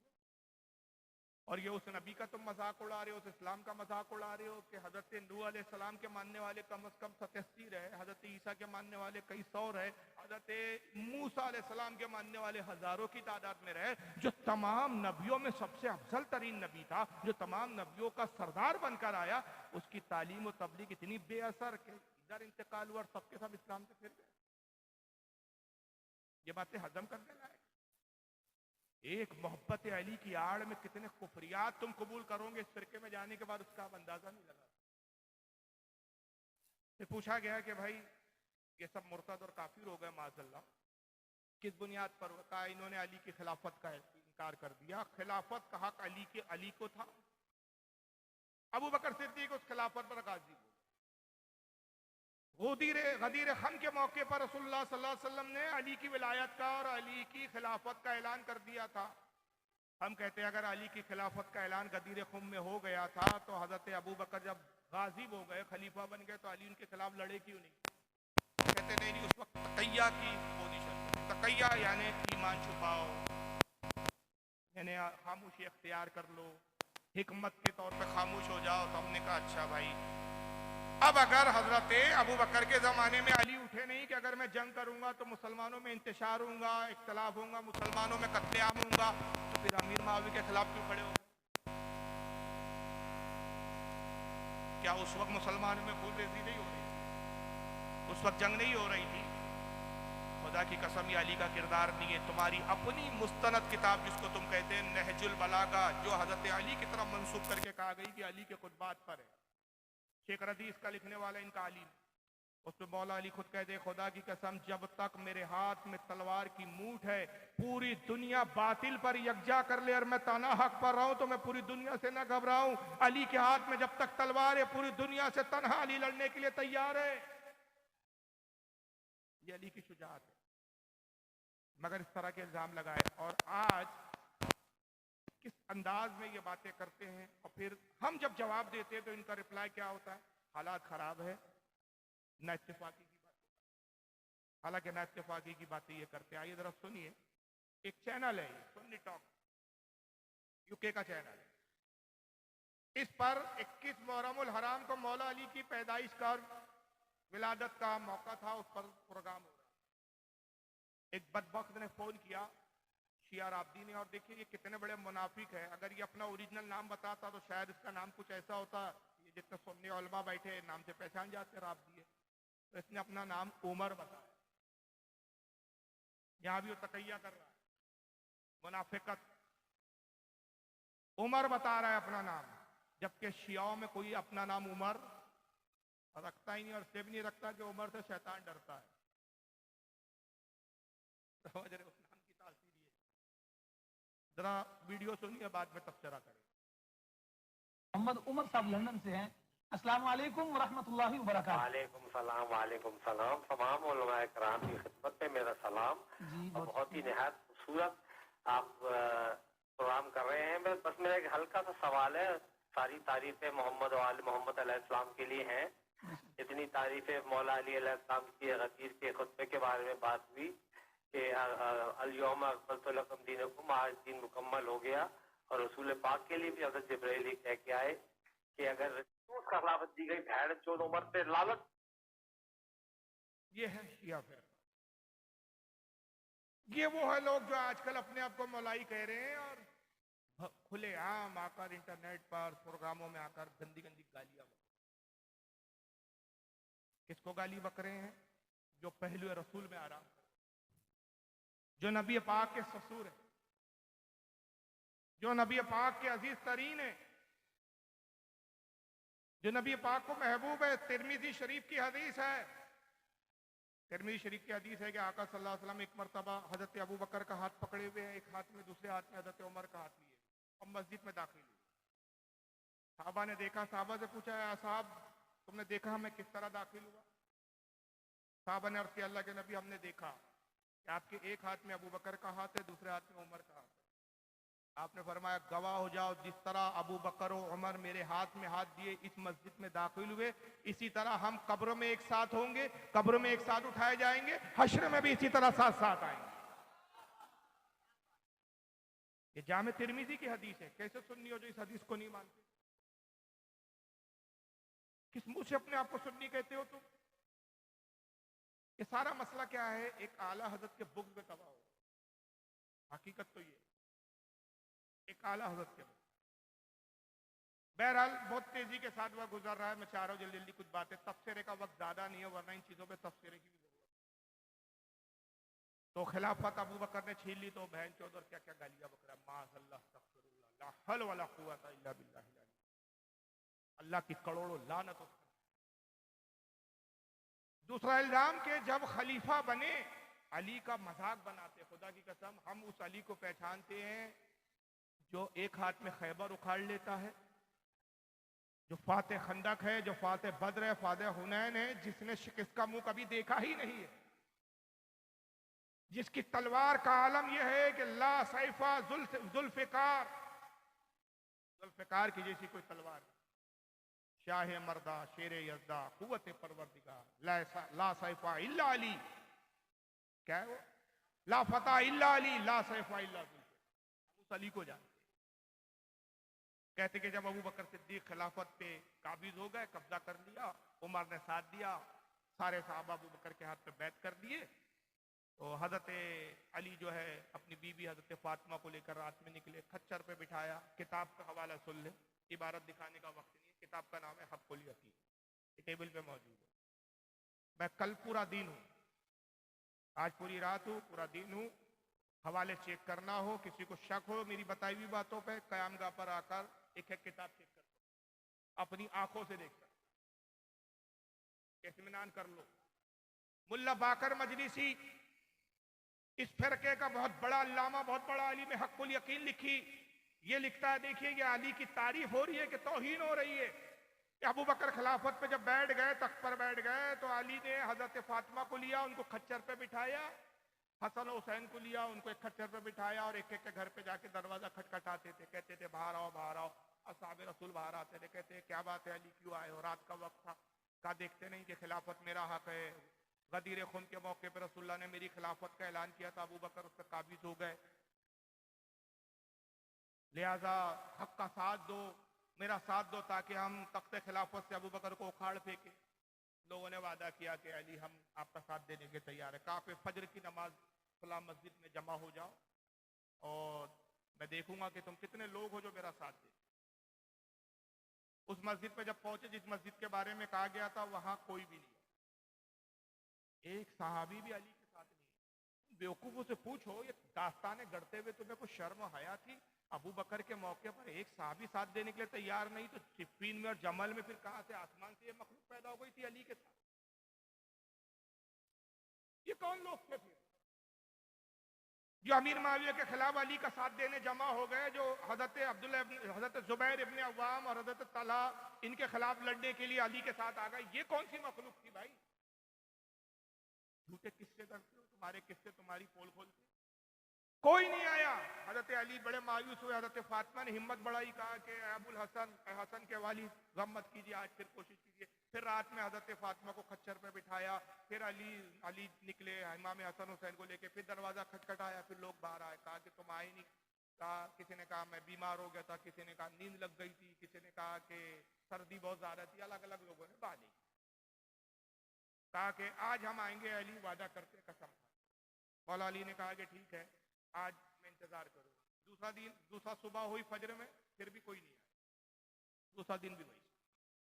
बाकर साहब लिखते तीसरा दिन निकला, फिर रात में हजरत अली तीसरे रोज फिर रात में निकले, फिर एक को बोला।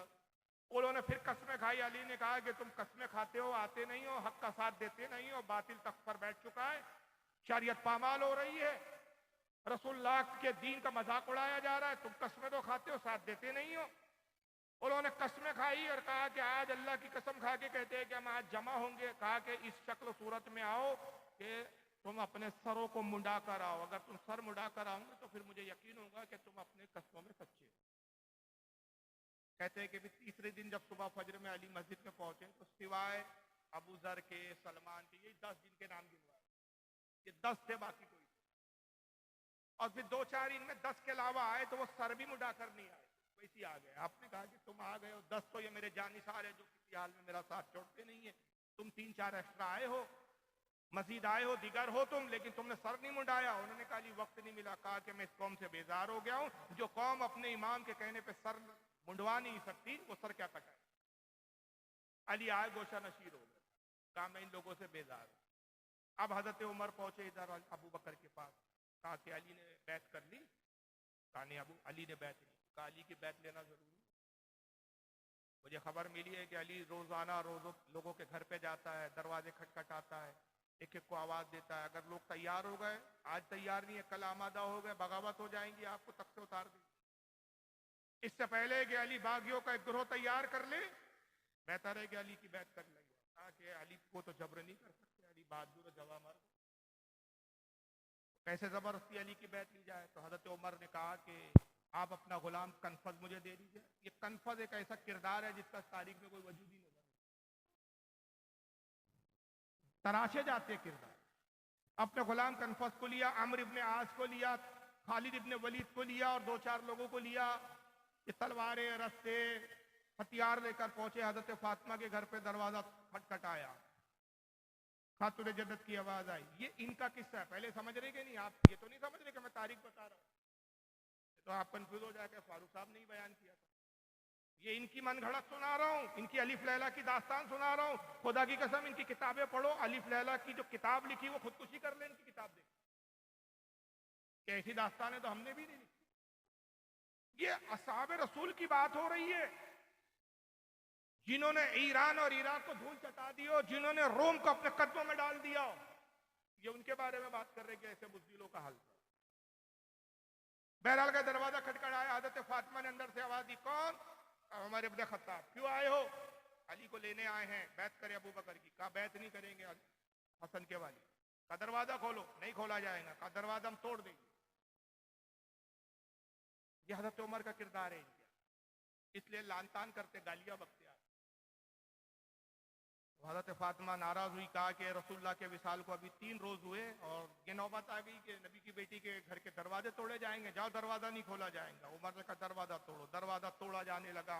हजरत फातिमा दरवाजे की आड़ में आ गई, दरवाजे से लग गई ताकि दरवाजा ना टूट सके, मगर उमर ने लात मारी, दरवाजा टूटा और वो टूट का दरवाजा हजरत फातिमा की पीठ पे गिरा। हजरत फातिमा हामला थी, हड्डी टूट गई पसली की हड्डी टूटी, हमल जाए हुआ। पेट में मोहसिन नामी बच्चा था जिसका नाम हुजूर ने पहले ही कहा था मोहसिन रखना, वो बच्चा जाए हो गया। फाते खैबर देख रहा है तमाशा। आज भी मैं कहता हूं ये पूरे मजमे में कोई कितना ही बुज़दिल और कमजोर उसकी निगाहों के सामने अगर उसकी बीवी पे ये जुल्म हो रहा हो तो वो अपनी जान दे देगा, लेकिन अपनी बीवी पर ये जुल्म नहीं देख सकता। अली के बारे में बता रहे हो तुम। हजरत फातिमा का हमल जाया हुआ दर से तड़पने लगी, आवाज दी अबुल हसन मेरी मदद कीजिए। उमर ने कोड़े लिया और फातिमा को कोड़े मारना शुरू कर दिया। ये मैं वीडियो में सुना सकता था आपको अगर मुझे वक्त देते। ये इनके मुल्ला, मैं किताब से बोल रहा हूं, किताब में तो लिखा है। किसी को किताब का इनकार हो तो इनके मुल्लाओं की तकरीरें सुना देता हूं। देखो इनका मुल्ला भी बयान कर, कोड़े मारे फातिमा पर। हजरत अली फिर बचाने के लिए आए, अमर इब्ने आस ने धक्का दिया, अली ने तलवार ली और उमर को कत्ल करना चाहते थे कि रसूलुल्लाह की हदीस याद आ गई और हुजूर ने हदीस में ये कहा था कि अली कितना ही जुल्म सब्र करना। भाई ये कौन सी हदीस है, कहां पे सब्र की तलकीद हो गई?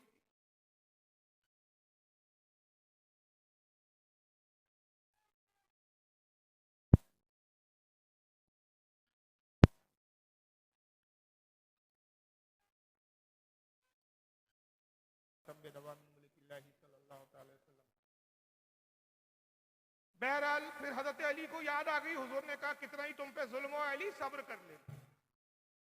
मुझे बताओ रसूलुल्लाह ये तलकीन करेंगे कि खातून जन्नत पे जुल्म हो, बच्चे जाए हो जाए, हड्डियां टूट जाए, मगर अली सब्र करना? ड्रामेबाजी नहीं दिखती। फिर उसके बाद हजरत उमर ने हुक्म दिया घर को जला दो। घर में आग लग गई। कनफद नामी जो गुलाम था उसने रस्सी का फंदा लिया और अली के गले में डाला, गले में फंदा लिया, अली को खींचते ले जाने लगा। और उसके बाद साहब ये खालिद इब्न वलीद जो थे, खालिद इब्न वलीद कौन? जो सैफुल्लाह का खिताब जिसको रसूलुल्लाह ने दिया। खालिद इब्न वलीद ने फातिमा को लाते मारना शुरू कर। फातिमा तड़पने लगी, अली को खींचते ले गए। अली कनफद जैसे नामालूम गुलाम के काबू में आने वाली जात है। क्या मजाक है? वो अली के जिसने एक हाथ से वो दरवाजा उखाड़ा हो कि जिसको उखाड़ने के बाद हुजूर ने कहा जहां से उखाड़ा था अली ने लगा दो, 40 आदमी उठा ना सके, जिसको अली ने एक हाथ से उखाड़ा है। वो कनफद नामी गुलाम, गुमनाम मजहूर गुलाम, फंदा डालता है, खींचते हुए लेकर आता है। आने के बाद सब हजरत अबू बकर सिद्दीक की खिदमत में लाके छोड़ा गया। कहा कि चलो बैठ करो। अबू बकर ने बैठ, अबू बकर की बैठ की। अली ने कहा अबू बकर गवाह होना, ये जुल्मन बैठ ली गई है, जबरन बैठ ली, कयामत में मैं इसकी शिकायत करूंगा। वे कहते हैं उसके बाद जब घर आए तो हजरत फातिमा ने अपने बेटे हसन हुसैन को लिया और रसूलुल्लाह के रोज़े की तरफ दौड़ी। अभी तो पसली टूट गई थी, चलना नहीं हो रहा, अब दौड़ भी गई। दौड़ी। अली ने कहा बिनते रसूल क्या इरादा है? कहा रसूलुल्लाह से उम्मत की शिकायत करूंगी। आपने कहा सलमान रोको खातून जन्नत को, अगर ये रसूल की रोजे पे जाएंगी माज़अल्लाह। ये मुल्ला बाकर मजलिसी के अल्फाज है, अल्फाज। मैंने स्कैन भी दिखाया, इस साल की मुहर्रम की तकरीर हमारे नागपुर में थी, मैंने ये बयान किया, इसमें स्कैन भी दिखाया, उस तकरीर में देखिएगा नेट पर जाके। नौज़ुबिल्लाह इसके अल्फाज है कि अली कहते हैं फातिमा को रोको वरना ये अपने कपड़े फाड़ेंगी, गिरेबान चाक करेंगी। तुम्हारा मजहब है, हमारा मजहब तो है कि मौला अली कहते हैं कि रुए जमीन पर मैंने फातिमा बिनते रसूलुल्लाह से बेहतरीन औरत नहीं देखा कि आसमान ने भी फातिमा के बाल को कभी नहीं देखा। ये है हमारे यहाँ का मजहब, ये तुम्हारा मजहब है। इस पर नाजा हो, इस पर मोहब्बत अहले बैत के दावे करते हो, इस पर मौलाई कहलाते हो, तो ये मौलाई हो तो अरे आओ बैठो, बाजू से बाजू लिखा के खुदा की कसम आधे घंटे में साबित ना कर दूं तो तकरीर करना छोड़ दूंगा और मेरे नाम का कुत्ता पाल लेना कि मौलाई कहलाने वाले से बड़ा इस वक्त रुए जमीन पर अहले बैत का कोई गुस्ताख नहीं, जो अकीदे तुमने बना रखे। बहरहाल हजरत सलमान दौड़े, फिर अली आए, फातिमा को रोका। अब ड्रामा आज तक हो रहा है, वो एक तारीख भी तलाश ली गई, जबकि हमारे अहले सुन्नत की मोतबर किताबें कहती है बुखारी जैसी किताब, सही बुखारी, रावी इसकी राविया हजरत आयशा उम्मुल मोमिन आयशा सिद्दीका, वो फरमाती है सरकार का विसाल हो रहा है, हजरत फातिमा इयादत के लिए आए। हुजूर ने फातिमा को करीब बुलाया और कान में सरगोशी की। फातिमा रोने लगी। फिर हुजूर ने कुछ कहा, फातिमा मुस्कुराने लगी। फिर तीसरी बार सरकार ने कहा, फातिमा खुश हुई, खड़े हुई, बाबा के दस्त को, हाथों को चूमा और वहां से कुछ कहा और हट गई। आयशा सिद्दीका उम्मुल मोमिन कहती है फातिमा क्योंकि दूर थी, हुजूर से मुझसे दूर थी, मैं सुन ना सकी कि हुजूर ने क्या गुफ्तगू की। मैंने कहा कि अल्लाह के रसूल की बेटी, हुजूर ने ऐसी क्या बातें की? 3 कैफियतें थी तुम्हारी कि पहले तुम रो रही थी, फिर हुजूर ने कुछ कहा तुम मुस्कुराने लगी, फिर हुजूर ने कुछ कहा तो तुम खुशी के साथ खड़े हो गई। का अम्मी जान ये राज है। और हुजूर ने मुझसे कहा कि जब तक मैं बाज़ाहिर हयात हूँ इस राज को राज रखना। हाँ, मेरे विसाल के बाद इस राज को जाहिर कर। हजरत आयशा कहती है, सही बुखारी की हदीस है, सही बुखारी की, मुस्लिम में भी हदीस है। हजरत आयशा कहती है, उम्मुल मोमिनीन रसूलुल्लाह का विसाल हो गया। विसाल के कुछ अरसे के बाद मैंने नबी की बेटी फातिमा को अपने करीब किया और कहा, बेटी वो राज क्या था अब तो बता दो। हुजूर तो अब इस दुनिया से जाहिरी तौर पर तशरीफ ले जा चुके। कहा मिजान सुनिए राज क्या था। जब मैं हुजूर से अयादत के लिए आया, मैंने कहा बाबा जान कैसे मिजाज है? कहा कि बेटी मेरा इंतकाल हो गया। तो मैं रोने लगा कि अब्बा हुजूर अब मुझसे जुदा हो रहे हैं। फिर हुजूर ने कहा बेटी गम ना करो, मेरे अहले बैत में सबसे पहले तुम मुझसे मुलाकात करोगे। हुजूर ने पहले ही बता दिया तुम्हारा विसाल होगा, तुम मेरे गम में ज्यादा अरसा जिंदा नहीं रहोगे। हुजूर ने ये नहीं बताया तुम्हें कोड़े मारे जाएंगे, तुम्हारा कत्ल किया जाएगा। कहते वो जो अबू उमर ने बात छोड़ दिया था मैंने, असल में मैं जल्दी जल्दी भागने की कोशिश कर रहा हूँ, इसके अल्फाज छूट रहे। मतलब जुमलों से ज्यादा मुझे वक्त की घड़ियां देखनी पड़ रही है, घड़ी पे पूरी नजर रखते हुए चलना पड़ रहा है। तो मैं अर्ज कर रहा था कि वो उसी सदमे से फिर कहते कि हजरत फातिमा का इंतकाल, क्योंकि वो बच्चा जाया हो गया था, पसली टूट गई थी, उसी वजह से इंतकाल हुआ। तो कातिल जो है वो हजरत उमर है, आज तक लानत भेजते हैं हजरत उमर। और हमारे यहाँ की मुस्तनद हदीस है, क्या अजमत बताती है। रसूल ने कहा तुम मेरे गम में ज़्यादा दिन जिंदा ना रह सकोगी, मेरे अहले बैत में सबसे पहले तुम मुझसे मुलाकात करूंगी। और फिर तीसरी बार हुजूर ने कहा, जिस पर मैं मुस्कुराई और खुश होकर खड़ी हो गई और मैंने हुजूर को फिर जवाब दिया, तो हुजूर ने कहा या फातिमा तो अला तरदईना अन सय्यदन निसाई हाजा हाजा उम्मा, ऐ खातून जन्नत, ऐ नबी की बेटी फातिमा, क्या तू इस बात पर राजी नहीं कि अल्लाह ने तमाम जन्नती औरतों का तुझे सरदार बना दिया है? मैंने कहा बाबा जान मैं राजी हूं। 6 महीने के बाद सैयदा का विसाल हुआ और अलील हुई, बीमार हुई। रसूलुल्लाह के विसाल के बाद से इंतकाल तक सिर्फ रसूल के गम में रोती। सरकार की जुदाई सबब था, ना के कत्ल हुआ। ये हमारे अहले सुन्नत की रिवायतें कहती है। लेकिन उसके बरखिलाफ चूंकि हजरत उमर पे लानतान करना मकसूद था, तो पूरी कहानी और किस्सा गढ़ लिया। मगर किस्सा गढ़ने वाले नादान ने ये ना सोचा कि जो अकीदा मैं कौम को दे रहा हूं कि कातिल उमर है, खालिद इब्न वलीद है, वहां कातिल तो बाद में साबित होंगे, पहले तुमने अली को बुज़दिल साबित कर दिया। तुमने अली की तौहीन की कि मौला अली होते हुए ये काम को रोक ना सके। और आज तक बाकायदा ड्रामे हो रहे हैं। किस तरह के ड्रामे किए जाते हैं जरा देख लीजिए। एक मंजर में दिखा रहा हूं, ये बाकायदा ये राफदी मौलाई ड्रामे करते हैं। ये फातिमा का रोल अदा कर रही है, उसको काला बुर्का पहना दिया, तो फातिमा कम लग रही है, किलविश ज्यादा लग रही है, अंधेरा कायम रहे वाली। और ये उमर का किरदार बताया जा रहा है माशअल्लाह। और ये देखिए, ये दरवाजा तोड़ा जा रहा है, दबाया जा रहा है।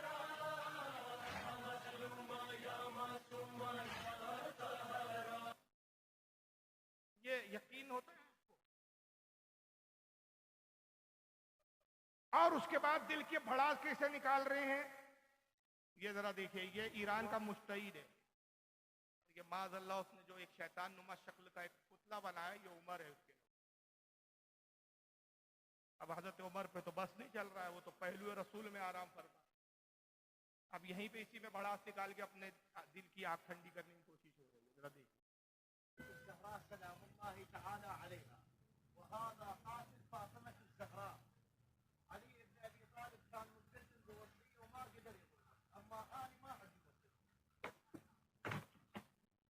बहुत बड़ा तीर मार दिया इन्होंने। अब इन जाहिलों से मैं पूछता हूं, आज लाखों करोड़ों अबू बकर और उमर के मानने वाले हैं, आप उनसे नहीं डर रहे? है ना भाई, आपकी डेरिंग की दाद देना चाहिए। ये अलग बात है कि आप ईरान में कर रहे हैं, हिंदुस्तान में करे तो आप अब तक शायद पता नहीं रहेगी। और अगर पाकिस्तान में करे तो बम नहीं छोड़ा देंगे। अगर हम इस बात के कायल नहीं हैं, हम तो कहते हैं भाई कानूनी प्रोसीजर से ही काम होना चाहिए। लेकिन अब सरफिरों की कमी नहीं है कौन। आप अपने ईरान में कर रहे हो, भड़ास निकाल रहे हो। लेकिन बहरहाल तुम ये परवाह किए बगैर, एक जुमला सुनो, ये परवाह किए बगैर कि करोड़ों अरबों अबू बकर उमर के चाहने वाले इस वक्त दुनिया में मौजूद हैं, ये हरकत करके हम उनके दिल को तकलीफ दे रहे हैं, तो आप उनसे नहीं डर रहे। तो आप तो 14 साल के बाद इतने डेरिंग वाले, इतने बहादुर, आपको पूरी कौम का डर नहीं। और अली जो शुजा है, जो जवा मर्द है, फाते खैबर और खंदक है, वो इतना बुज़दिल हो गया कि अपनी निगाहों के सामने बीवी को बचा ना सका। अली से बहादुर तुम हो गए। ये मौला अली का मजाक नहीं। और फिर दास्तानियां खत्म नहीं हो गई कि हजरत फातिमा का इंतकाल हो गया, दास्तान आगे बढ़ी अली लैला की। कहते अब इमाम मेहदी आएंगे। अच्छा भाई चलो हजरत, अब एक सवाल खड़ा होता है यहाँ पर, यानी असल में ये मजहब बातिल है, तो बातिल की एक बात होती है कि जब झूठ बोलता आदमी तो फंसता है, और एक झूठ को छुपाने के लिए भी और झूठ गढ़ने पड़ते। अब यहाँ फंस कहाँ गए? फंसे यहाँ के भाई जिस वक्त हजरत खातून जन्नत का बकौल इनके अकीदे के मुताबिक हजरत फातिमा का कत्ल किया उमर ने, वो दौरे खिलाफत अबू बकर था। मगर फिर शिया भी किताबें, हमारी भी किताबें, दोनों किताबों में ये बात मिलती है मुत्तफ़िक़ा तौर पर कि जब हजरत उमर खलीफा बने तो हजरत उमर ने हजरत अली की बेटी उम्मे कुलसुम को निकाह का पैगाम दिया। हमारे यहाँ की मुस्तलद किताबों में सुननुल कुबरा इमाम बहकी की उठा ले आप, बड़े बड़े मुहद्दिसीन की किताबें उठा ले, लंबे हवाले, अब हवाले दूंगा, वक्त बहुत तेजी से गुजर रहा है, हवाले देने का वक्त ही नहीं है। 20-25 हवाले मेरे पास लिखे होते हैं। मुस्तलद किताबों में लिखा है, और तुम्हारे यहाँ की भी किताबों में लिखा है, नासिक तवारीख में तुम्हारे यहाँ भी लिखा है, कुलैनी ने भी तुम्हारे यहाँ लिखा है, हयातुल कुलूब में तुम्हारे मुल्ला बाकर मजलिसी ने भी लिखा है कि जब हजरत उमर खलीफा बने तो उम्मे कुलसुम जो अली की बेटी थी, खातून जन्नत से तौलूद हुई थी, इमाम हसन इमाम हुसैन हजरत ज़ैनब से सबसे छोटी बेटी थी, उनको निकाह का पैगाम दिया। तो अली ने जवाब में कहा कि वो तो बड़ी छोटी है, उमर आप अपनी उम्र तो देखिए। हजरत उमर ने कहा कि अली आप सही कहते हैं, मेरी उम्र ज़्यादा है, आपकी बेटी कमसीन है, लेकिन बाखुदा मैं इसलिए निकाह का पैगाम नहीं दे रहा हूँ कि मुझे निकाह की ख्वाहिश है। अगर मुझे निकाह की हकीकी ख्वाहिश होती, मुझे अपने शरई लवाजमात, आप समझ रहे हैं ना मैं जो कहना चाह रहा हूँ, नफ्सानी ख्वाहिशात की तकमील की ज़रूरत होती तो एक से एक कनीज़े है मेरे पास। बाखुदा मैं तो सिर्फ रसूलुल्लाह की एक हदीस की बुनियाद पर ये रिश्ता चाहता हूँ, और बुनियाद ये कि आका ने कहा दुनिया में जितने रिश्ते सब खत्म हो जाएंगे सिवाय मेरे रिश्ते के। तो मैं खानदान नब्वत से रिश्तेदारी करना चाहता हूँ ताकि क़यामत में मैं खानदान नब्वत के रिश्तेदारों में उठाया जाऊँ। अली ने जब ये सुना तो कहा कि उमर इब्न खत्ताब अमीरुल मोमिनीन, आपकी नीयत सालिह है, लिहाजा इस नीयत की बुनियाद पर मैं राजी हूँ। और उम्मे कुलसुम से हजरत उमर का निकाह हुआ, उनसे 2 बेटे पैदा हुए। भाई अपनी बीवी के कातिल को अपनी बेटी कैसे दे? अब ये बड़ा सवाल, बड़ा पेचीदा सवाल है। और यहाँ फिर वो मौलाइयों की धज्जियां उड़ गई, तुम अली उमर को लानतान कर रहे हो, अली रिश्तेदारी कर रहे हो, तुम अमीर माविया को गाली बक रहे हो, अमीर माविया की भांजी से अली अकबर पैदा हो रहा है। मैं तो 9 रिश्तेदारी, मैं फिर वही अर्ज करूंगा, बार बार अर्ज करूंगा कि वाकई आज मुझे तकलीफ हुई, मैं 3 घंटे बयान के मूड में था, वक्त बर्बाद हुए। और ये तंजीम जिम्मेदार है, इसकी उलमा नहीं है। ये तकरीरों के लिए वक्त चाहिए। अगर कौम को समझाना चाहते हो ऐसे मुकर्रिर को, जब पहले मुकर्रिर के इंतखाब के पहले देखो कि उसका मिजाज क्या है, कितने देर बोलने वाला है, किस अंदाज में बोलना है, और उसके एतबार से प्रोग्राम तो सेट करो। मैं अपनी बात नहीं कर रहा, किसी भी मुकर्रिर, हर मुकर्रिर का एक अपना अंदाज होता है। जो आलिम, जो मुकर्रिर 1 घंटा बोलना जानता है, उस हिसाब से जलसे की सेटिंग करो। कोई आलिम 2 घंटे बोलता है, उस हिसाब से जलसे की सेटिंग करो, वरना भी तकलीफ होती है। बहरहाल अब क्या बार बार शिकायत करूं। मैं अर्ज कर रहा था, अब निकाह हुआ, या रिश्तेदारियां हो रही, कितनी रिश्तेदारियां। और एक रिश्तेदारी बताऊं आपको, अरे इस पे भी एक किताब लिख रहा हूं मैं, रिश्तेदारी अहले बैत से, और सब मुस्तनद हवालों से, हवाई बातें नहीं कि मेरे दिमाग में आया लिख दिया, इनकी और सुन्नी शिया दोनों की किताबों के हवाले से। अबू बकर सिद्दीक के एक दामाद हजरत जुबैर इब्न अव्वाम। जुबैर कौन है? रसूलुल्लाह के सगे फूफीजाद, हुजूर की सगी फूफी है हजरत सफिया, उनके बेटे हजरत जुबैर, अशरा मुबशरा में जुबैर इब्न अव्वाम। जुबैर के एक बेटे हजरत मुसैब इब्न जुबैर, हजरत मुसैब इब्न जुबैर जो हजरत जुबैर के बेटे, और यही वो जुबैर है जिनसे जंग जमल में अली की जंग हुई। मौला अली ने जंग जमल में जुबैर से लड़ा, जंग जमल खत्म हुई, करबला गुजर गई। वाक़यात करबला के बाद हजरत इमाम हुसैन की छोटी बेटी, जिसका करबला में बड़ा जिक्र आता है, हजरत सकीना, उनका निकाह मुसैब इब्न जुबैर से। ये तो जंगों के बावजूद रिश्तेदारियां होती रही, सैकड़ों रिश्तेदारियां, एक नहीं सैकड़ों, और तुम यहाँ लान तान करते बैठे हो। बहरहाल अब इसका जवाब क्या लाया? उन्होंने कहा कि देखो वो क्योंकि खलीफा थे अबू बकर उमर, फिर एक किस्सा गढ़ा, उसके लिए भी किस्सा गढ़ा। अब एक झूठ छुपाएंगे तो दूसरा झूठ का हुआ ये कि उमर ने पैगाम दिया तो अली ने इनकार कर दिया, कहा कि अपनी बीवी के कातिल को मैं अपनी बेटी कैसे दे सकता हूँ। तो उमर क्योंकि खलीफा थे, डिक्टेटर थे, हिटलर थे, तो धमकी दी, कहा कि अगर बेटी नहीं दिया तो मैं चोरी का इल्जाम तुम पे लगाऊंगा, चोरी का मुकदमा चलाऊंगा, तुम्हारे हाथ कटवा दूंगा। ये कहानी। तो मजबूरन अली को अपनी बेटी देनी पड़ी। अली और मजबूर हो, वो अली नहीं जो मजबूर, जो मजबूर हो वो अली नहीं। अरे अली तो वो है कि अली को देखा, वो अली मुश्किल कुशा है कि मुश्किल भी अली को देखती है तो मुश्किल के भी पेशानी पे पसीना आ जाता है। अली तो वो है।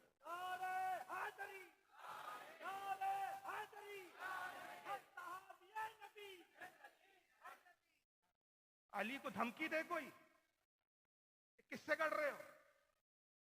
किस्सा गढ़ा साहब कि कहा है वो उमर ने धमकी दी, अगर बेटी नहीं दोगे चोरी का इल्जाम लगाऊंगा, मुकदमा दायर करूंगा, झूठे गवाह खड़े करूंगा और उसकी बुनियाद पर तुम्हारे हाथ कटवा दूंगा। तो मजबूरी में देना पड़ा। अब बेचारे अली तो मजबूर थे, मगर बदला लिया जाएगा उमर से। कौन बदला लेगा? कहा इमाम मेहदी आकर बदला लेगा।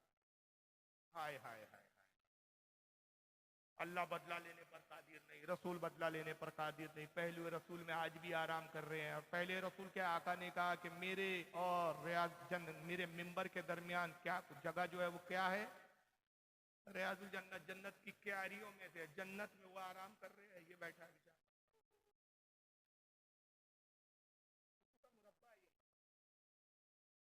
इस मजहब का नाम ही है चूचू का मुरब्बा। हमारा एक दोस्त है, वो मजाक में कहता है कि एक दिन वो कहता है कि मातम करते तो सर पे क्यों मारते हैं? मैं कह तुम बताओ। कहा इसलिए मारते कि हाय अब तो सर में कुछ हमारे आता ही नहीं, आता ही नहीं कुछ, इसलिए सर को मारो, भेजे में कुछ उतर। चूचू का मुरब्बा। इमाम मेहदी आएंगे, हमारे नजदीक इमाम मेहदी रदी अल्लाह ताला अन्हु आएंगे तो इस्लामी निज़ाम कायम होगा, मुसलमानों की हुकूमत कायम होगी, पूरी दुनिया में इस्लाम होगा, निज़ाम इस्लाम, निज़ाम मुस्तफा को कायम करने इमाम मेहदी आएंगे। इनके लिए क्या आएंगे? इस मकसद से आएंगे, सबसे पहले जैसे ही काबतुल्लाह से निकलेंगे हजरत फातिमा की कब्र पर। अब मैं नहीं कहता, इनके मुकर्रिर से सुन लीजिए आप क्या करेंगे इमाम। अच्छा सब रो रहे हैं, बगैर रोते हुए तो कोई बयान होता नहीं। इसका नाम है मौलवी आसिफ रजा अलवी। मौलवी शौकत है नाम। जितने औलादे बतूल बैठे हैं, आप सबसे मुझे मेजर साहब इजाजत ले दें।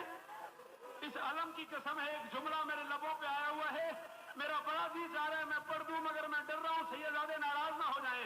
और शियो, कभी ऐसा भी हुआ है कि तुम में से किसी ने किसी बच्चे को ना मारा? कभी गौर से देखना, किसी बच्चे को कोई थप्पड़ मार दे, किसी बच्चे को कोई चोट लग जाए, जब तक उसे दर्द रहता है ना, तब तक उसका हाथ उस जगह पे रहता है।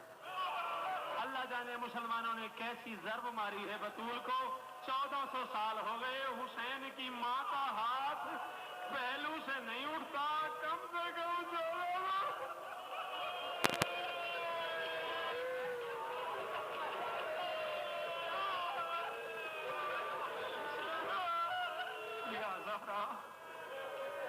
या ज़हरा दुआ जरूर मांगिएगा, मेरे लिए भी दुआ कीजिएगा। अल्लाह जाने कैसी चोट लगी है हुसैन की मां को। एक जुमला और पढ़ने दो मुझे, बस थोड़े से मसाइल। मैंने कहा ना किसी सैयदादे का हक है वो अपनी दादी के मसाइल, वरना जहां तक मैंने रिवायत में पढ़ा है, सैयदा बतूल की शहादत सिर्फ वो पढ़ता है जो पर्दे में है। हाँ, आपका जो मौला पर्दे में बैठा हुआ है ना, वो अपनी दादी के मसाइल पढ़ता है, सिर्फ उसी को पता है उसकी दादी की क्या मसाइल। और यही वजह है कि जब मौला तशरीफ लाएंगे, काबा से होते हुए सबसे पहले दादी की कब्र पे आएंगे, कब्र पे सर रख के कहेंगे, दादी उठ के बताओ उनके नाम जिनकी वजह से तेरा हाथ नहीं उठता। जो मातमी बैठे हुए हो, हाथ मारो सीने पे, शर्म करके नहीं रोना। जो मातमी खड़े हुए, शर्म करके नहीं रोना, खुल कर रो, बिंदास रो, और अल्लाह कयामत तक तुमको खुल के रोना नसीब करे। रोते ही रहो, यहां भी रो वहां भी रो, तुम्हारे लिए तो रोना ही है। 1400 साल हो गए। बतूल यानी सैयदा फातिमा का लक़ब है बतूल, वो जो मारा ना अबू उमर ने, वो आज तक हाथ वही आती नहीं। कितना दर्द हो रहा है। जब इमाम मेहदी आएंगे, मौला आएंगे इमाम मेहदी, और कब्र पर आएंगे और कब्र पे आके कहेंगे बताओ उनके नाम। फिर किताबें बताती है इनकी कि हजरत उमर और अबू बकर के जिस्म को कब्र से निकालेंगे माल, और फिर को कोड़े मारेंगे और सूली से। फिर हजरत आयशा की भी लाश को निकालेंगे, क्यों कहा वो भी अली से लड़ी थी, उनकी भी जिस्म पे कोड़े मारेंगे, उनको भी जरकूब करेंगे। ये सारा तमाशा है, ये अकीदे हैं और दावे अहले बैत की मोहब्बत के। कहां तक कहा जाए। और एक और दूसरा फिर काम क्या करेंगे पता है आपको? वो वीडियो दिखाता हूं मैं। दूसरा काम क्या करेंगे पता है आपको? हंसोगे आप।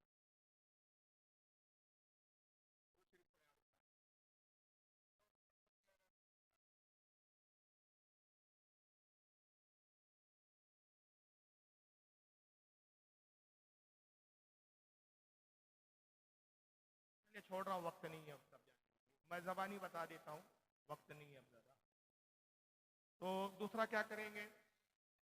हजरत अबू बकर उमर को तो सूली पे लटकाएंगे, कोड़े मारेंगे, और फिर कहेंगे जितने इनके चाहने वाले हैं उन सबको कत्ल करो। सारे सुन्नियों को इमाम मेहदी कत्ल करेंगे।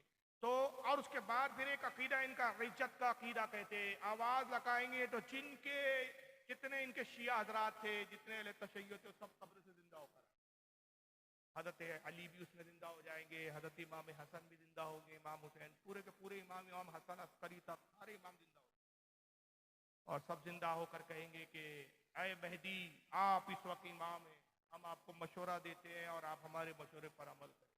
इमाम मेहदी कहेंगे क्या मशवरा? कहा जाएगा कि सबसे पहले अगर आप दुनिया को फतह करना चाहते हैं तो उन मुनाफिकों को कत्ल कीजिए जो हम अहले बैत से दुश्मनी रखते थे और शेखैन अबू बकर उमर से मोहब्बत।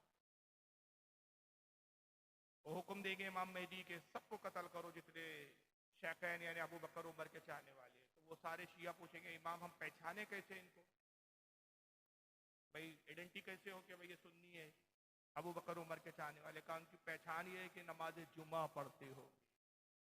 शियाओं क्या जुमा नहीं होता? यानी जुमा पढ़ना इतना बड़ा गुनाह है कि उसकी वजह से कत्ल किए जाऊंगे। ये काम करेंगे।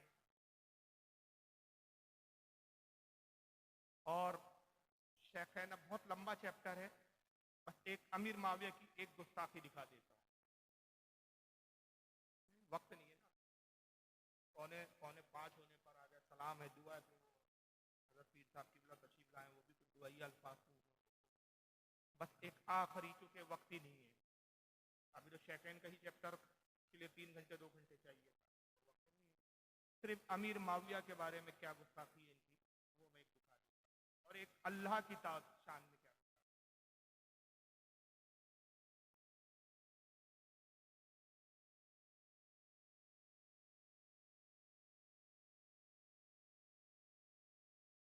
और इसमें तौहीन करने गए अमीर माविया की ज़र्फ किस पे लगेंगे बताऊंगा। ये ईरान से छपी एक किताब इनके आयतुल्लाह मुस्तैद है, और उर्दू तर्जमा आई है, अरबी किताब है, इसमें मेरे पास अरबी नुस्खा भी है, लेकिन मैं अरबी पढ़ूंगा, वक्त भी नहीं है, और अरबी के साथ फिर मैं अपना तर्जुमा करूंगा, इनको शिकायत हो तो तर्जुमा भी शायद गलत। यही नहीं कि मौलवी ने तर्जुमा किया मालियुस सिबतैन फी अहवालिल हसन वल हुसैन, लिखने वाले आकाई सैयद मोहम्मद मेहदी माज़ंदानी अल्लाहु मकामहू,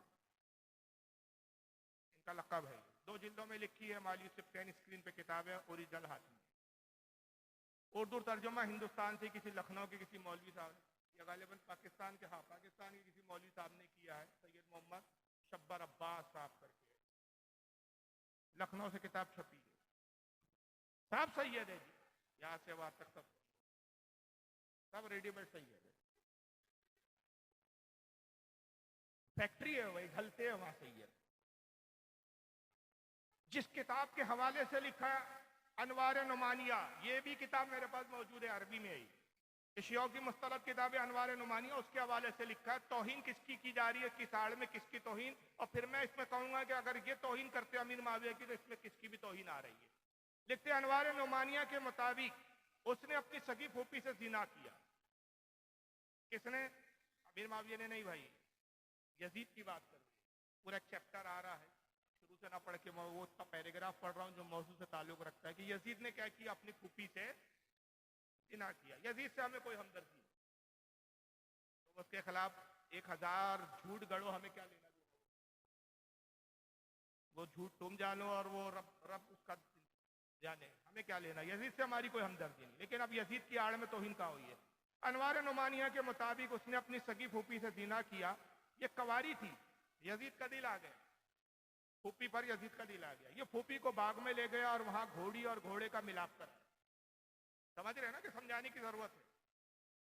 उसकी फूफी बैठी देख रही थी। जब घोड़ा फारिग हो गया तो इसने फूफी से उठने को कहा। जब वो अपनी जगह से उठी तो उसने देखा कि वो जगह गीली थी, चुनांचे उसे अलहदा कमरे में ले गया। जब अपनी जगह बैठ गया तो फूफी से पूछा, मैं तो समझता था कि आप कवारी होंगी, लेकिन आप तो कवारी नहीं। समझ रहे ना, पढ़े लिखे लोग समझ रहे हैं, शादीशुदा लोग अच्छे से समझ रहे। फूफी से उसने गलत काम किया और कहा कि आप तो कवारी बनती है, आप तो कवारी नहीं निकली।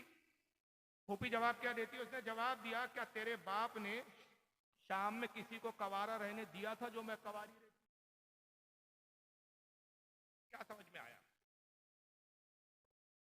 ये अमीर माविया की तौहीद हो रही है कि मैं कहां से कवारी बचती, जबकि अमीर माविया की बहन है वो। इन्हें माविया ने अपनी बहन को भी नहीं छोड़ा, और सिर्फ बहन ही को नहीं, पूरे मुल्क के शाम में, शाम मुल्क है, शहर नहीं है, एक कंट्री है पूरा, जिसको आज के जमाने में सीरिया कहा जाता है। पूरे सीरिया में कोई ऐसी लड़की बची है जिसको माविया ने छोड़ा हो? यानी हजारों लाखों लड़कियों के साथ माविया ने बलात्कार किया, जिना किया। इन हरामखोरों से मैं पूछना चाहता हूं कि माविया पे तुम्हें अगर हसद है, जलन है, ऐसी झूठी मनगढ़ंत बातें गढ़ते हो, शर्म नहीं आती? वो सहाबा का दौर है, वो सहाबा इकराम क्या माज़अल्लाह नामर्द हो गए थे? उचिन औरतों के साथ अमीर माविया अगर नऊज़-बिल्लाह अस्तग़फिरुल्लाह 100 बार, करोड़ बार माज़अल्लाह बदकारियां कर रहे थे, तो वो बेटियां किसकी, वो औरतें किसकी थी? और यजीद तो बाद में आया, यजीद बाद में आया, अमीर माविया पहले गुजरे। इमाम हुसैन यजीद के खिलाफ खड़े इस बुनियाद पर हुए कि उन्होंने कहा कि ये माज़अल्लाह बहनों से निके को हलाल समझता है, माँ के निके को हलाल समझता है। बाद रिवायतों में ये भी आया, हालांकि बाद ने इस रिवायतों का इनकार किया, लेकिन चलो हम कहते हैं अगर ये रिवायतें सही मान ली जाए, ये नमाज नहीं पढ़ता। जब नमाज ना पढ़ने की बुनियाद पर, बंदरों से खेलने की बुनियाद पर, फासिक होने की बुनियाद पर इमाम हुसैन उसके खिलाफ खड़े हो गए, और ऐसे खड़े हुए कि 72 लोग थे, जानते थे कि जंग जीती नहीं जाएंगी, लेकिन उन्होंने कहा फना हो जाऊंगा, कत्ल हो जाऊंगा, खानदान लुटा दूंगा, लेकिन शरीयत पर आंच नहीं आने दूंगा। जब अमीर माविया शाम में सब कर रहे थे, तो इमाम हसन क्या कर रहे थे? कुरैश क्या कर रहे थे? इमाम हुसैन माविया के खिलाफ फिर क्यों खड़े नहीं हुए? सबसे बड़ा इल्जाम तो फिर इमाम हसन पर है कि ऐसे शख्स से सुलह क्यों की कि जो माज़अल्लाह इतना बड़ा बदकार था, तो शाम में किसी औरत को क्यों छोड़ा? चलिए, इनसे क्या बईद है कि ये सहाबा का एहतराम करे? ये तो माज़अल्लाह खुदा का एहतराम नहीं करे। अहले बैत की तारीफ की आड़ में ये रब को नहीं छोड़ा। और इस हदीस को देख लीजिए, अब क्लिप सामने नजर आ गई तो दिखा देता हूं। ये किसी खानका का मुजावर है, शक्ल से लग रहा है कि इसको देख लो और शैतान को देख लो, कोई फर्क नजर नहीं आया। जाहिल उसके चाहने वाले मुरीद उसके सर में मालिश कर रहे हैं उस हराम खोर के, और वो देखिए क्या बोल रहा है, जरा सुनिए।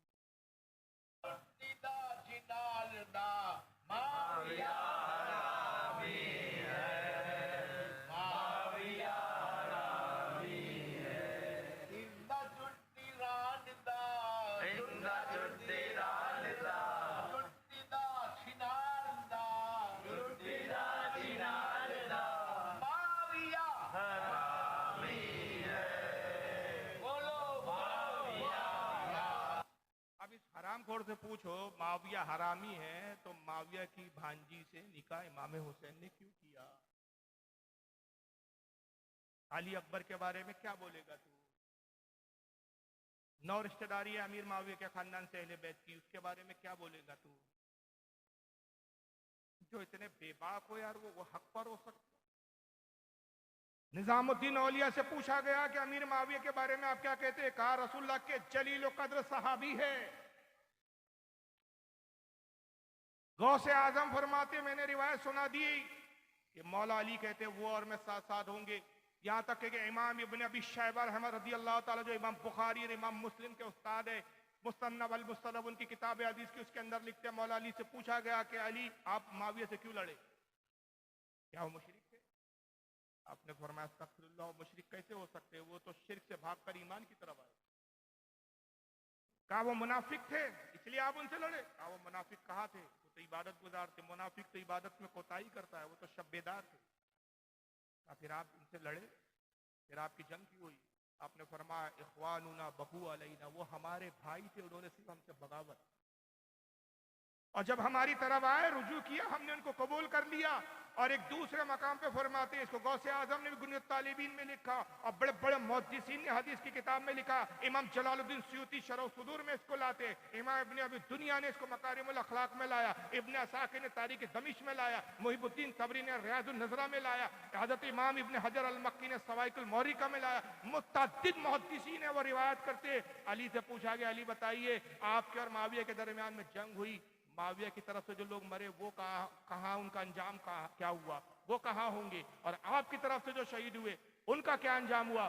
कहा माविया की तरफ से मारे जाने वाले और हमारी तरफ से मारे जाने वाले दोनों जन्नती हैं, दोनों जन्नत।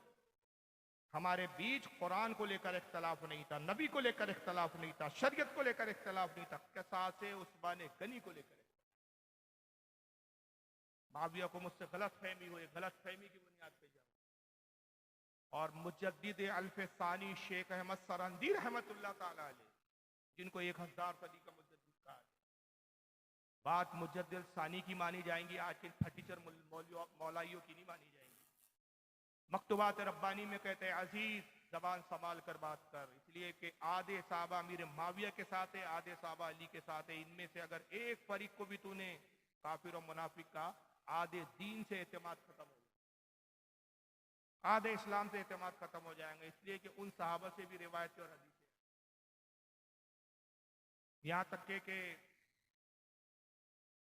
हज़रत अब्दुल्लाह इब्न मुबारक से पूछा गया कि ये बताइए अमीर माविया अफजल है या उमर बिन अब्दुल अजीज अफजल है? उमर बिन अब्दुल अजीज अपने ज़माने के मुजद्दिद है, खुलफा राशिदीन में, लेकिन साहबी नहीं है। अब्दुल्लाह इब्न मुबारक ने फरमाया अजीज क्या पूछता है, जिस घोड़े पे बैठ के माविया रसूलुल्लाह के साथ जिहाद पे निकलते थे, उस घोड़े की नाक में जो धूल और गर्दो गुबार है, हजरत उमर बिन अब्दुल अजीज उस धूल और गर्दो गुबार का भी मुकाबला नहीं, वो मकाम है। बड़े बड़े मुहद्दिसीन के अक़वाल है, मैं कहाँ तक बयान करूँ, वक्त नहीं है। बस अब मैं आखिरी क्लिप देख के वक्त खत्म कर रहा हूँ कि मैंने कहा कि खुदा का भी एहतराम इनके यहाँ नहीं है। आइए जरा अहले बैत की तारीफ की आड़ में ये अल्लाह को कहाँ तक गिरा देते हैं, माज़अल्लाह। सुनिए इस जाहिल को, सुनिए, इसका नाम है गुलाम अली। अली अल्लाह नहीं है, अली अल्लाह का खालिक है, अली अल्लाह का रब है। अली अल्लाह नहीं है, अली अल्लाह का खालिक है, अल्लाह को अली ने पैदा किया, ये मौलाई है, जाहिल है ये। सुनिए, अली अल्लाह नहीं है, अली अल्लाह का खालिक है, अली अल्लाह का रब है, अली अल्लाह का राज़िक़ है, अली अल्लाह से बहुत ऊपर है। अल्लाह की मेराज क्या है? अल्लाह की मेराज यह है कि वो दरे सैयदा जल्ले शानहू पर अपनी दाढ़ी से झाड़ू लगाता है। माज़अल्लाह, अस्तग़फिरुल्लाह। अल्लाह की मेराज क्या है कि वो दरे सैयदा पर, खातून जन्नत फातिमा के दरवाजे पर अपनी दाढ़ी से झाड़ू लगाता है। यह है मौलाई। और हम तो अली के चाहने वाले, इतने जूते मारेंगे खुदा की कसम अली को क़यामत कि आप गिन नहीं सकते उनकी मोहब्बत की आड़ में। और यहाँ तक के हमारे नजदीक रिवायत क्या है, पहले मैं अपनी एक रिवायत बताऊं। क़यामत के तो मैंने अपनी किताब सिरुल सलात में लिखी, क़यामत कायम होंगी, सब फना हो जाएगा, कुछ नहीं रहेगा। ये हमारे यहाँ की हदीस है अहले सुन्नत की। सब फना हो जाएगा। रब फरमाएगा कहाँ है वो जाबिर, वो बादशाह जो अपनी बादशाहत पर घमंड करते थे? कहाँ है वो दौलतमंद जो अपनी दौलत पर इतराते थे? कहाँ है वो हुस्न वाले जो अपने हुस्न पर नाज करते थे? कहाँ है वो जाबिर जो लोगों पे जब्र करते थे? कहाँ है वो ताकतवर जो अपने आप को बहादुर कवि समझते थे? आज बादशाहत किसके लिए? आज खुदाई किसके लिए? आज कुव्वत और ताकत किसके लिए? शहंशाहत किसके लिए? आका फरमाते कोई हो तो जवाब दे। कोई नहीं होगा, सब फना। रब फरमाएगा आज बादशाहत मेरे लिए, हुकूमत मेरे के लिए है, मैं अजीम हूं, मैं ही कवि हूं, कोई मेरे सिवा ताकत व कुव्वत वाला नहीं। आका फरमाते जब तक रब चाहेगा ये कैफियत रहेगी, फिर फरमाएगा कुन फयकून, हो जा, सब हो जाएगा। दोबारा सब जिंदा होंगे, मैदान हश्र बर्पा होगा, हिसाब व किताब होगा, जन्नती जन्नत में, दोज़खी दोज़ख। यह है क़यामत का हमारे आका मंजर। जरा इनका मंजर सुनिए, शियाओं के अकीदे क्या है सुनिए।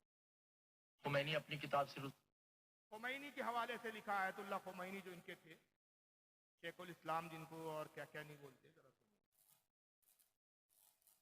खुमैनी अपनी किताब सिरुल सलात में लिखते हैं, खुमैनी अपनी किताब सिरुल सलात में लिखते हैं, इमाम के कौल के साथ कुछ भी नहीं बचेगा। सूरज, चांद, सितारे, नजम, कवाकी, वो रूहें, जिन्स, इंस, फरिश्ते, कुछ भी नहीं बचेगा, सिर्फ अल्लाह। अल्लाह रह जाएगा। कवाकी, वो रूहें, जिन्स, इंस, फरिश्ते, कुछ भी नहीं बचेगा, सिर्फ अल्लाह। अल्लाह रह जाएगा। अल्लाह हुई होगा, बस और कुछ नहीं होगा। हर जगह हु होगा, हु का आलम होगा, सिर्फ अल्लाह रह जाएगा। जब वो अकेला रह जाएगा तो खुमैनी कहते हैं अकेले में उसका दिल घबराएगा।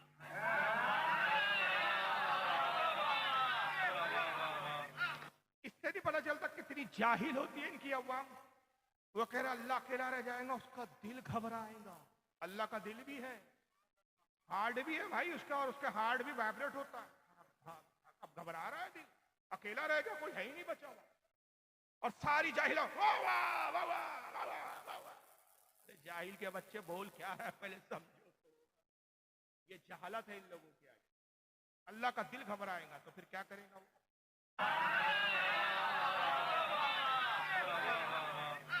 फिर दिल का दिल परेशान होगा, दिल परेशान होगा, फिर वो आवाज देगा यतारफ़ ज़ुल्मत ही, कोई है जो तन्हाई में मेरा दिल बहलाए। क्या हो गया आप लोगों को दीदार मोहतरम? खुमैनी साहब ने लिखा है इनके, आवाज देगा कोई है जो मेरा दिल बहलाए। घबराहट हो रही है, ब्लड प्रेशर हाई हो रहा है, हार्ट अटैक ना। माज़अल्लाह, ये खुदा है हमारे नजदीक। हमारा खुदा जिस्म से पाक, जिस्मानियात से पाक, आज़ा से पाक, मादों से पाक, मटेरियल से पाक, कैफियतों से पाक, जहतों से पाक। वो है, चलता है पैरों से पाक, देखता है आंख से पाक, मदद करता है हाथ से पाक, जिस्म जिस्मानियात से पाक और मुनज़्ज़ह है हमारा परवरदिगार। ये है अहले सुन्नत का अकीदा। इतने अच्छे अकीदे को छोड़कर किन खबीसों के पीछे जा रहे हैं? खुदा की कसम, ये अहले बैत का ये हरगिज़ अकीदे है ही नहीं। जो अहले सुन्नत का अकीदा है वही अहले बैत का। अब आगे सुनिए। जो तन्हाई में मेरा दिल बहलाए, उस वक्त मासूम ने कहा कि एक आवाज आएगी, अना अंतल कल्बुल हुलूब, हम है ना तेरा दिल बहलाने के लिए। तो उस वक्त अल्लाह कहेगा आईना आईना, ये आवाज कहां से आई है? अल्लाह को ही नहीं मालूम। एक आवाज आएंगी, आना आईना आईना, इधर से किसने आवाज दिया? खुदा है, किसने आवाज दिया? और हमारे नजदीक रब ही की जात अज़ली और अबदी है, हमेशा से था, हमेशा हमेशा रहेगा, ना उससे पहले कोई ना उसके बाद कोई। वही अव्वल वही आखिर, वही जाहिर वही बातिन। यह है अकीदत तौहीद, जिनकी तौहीद इतनी खतरनाक, इतनी बकवास, इतनी बचकाना हो। क्या किस मुंह से बात करते कि हम हक पर है?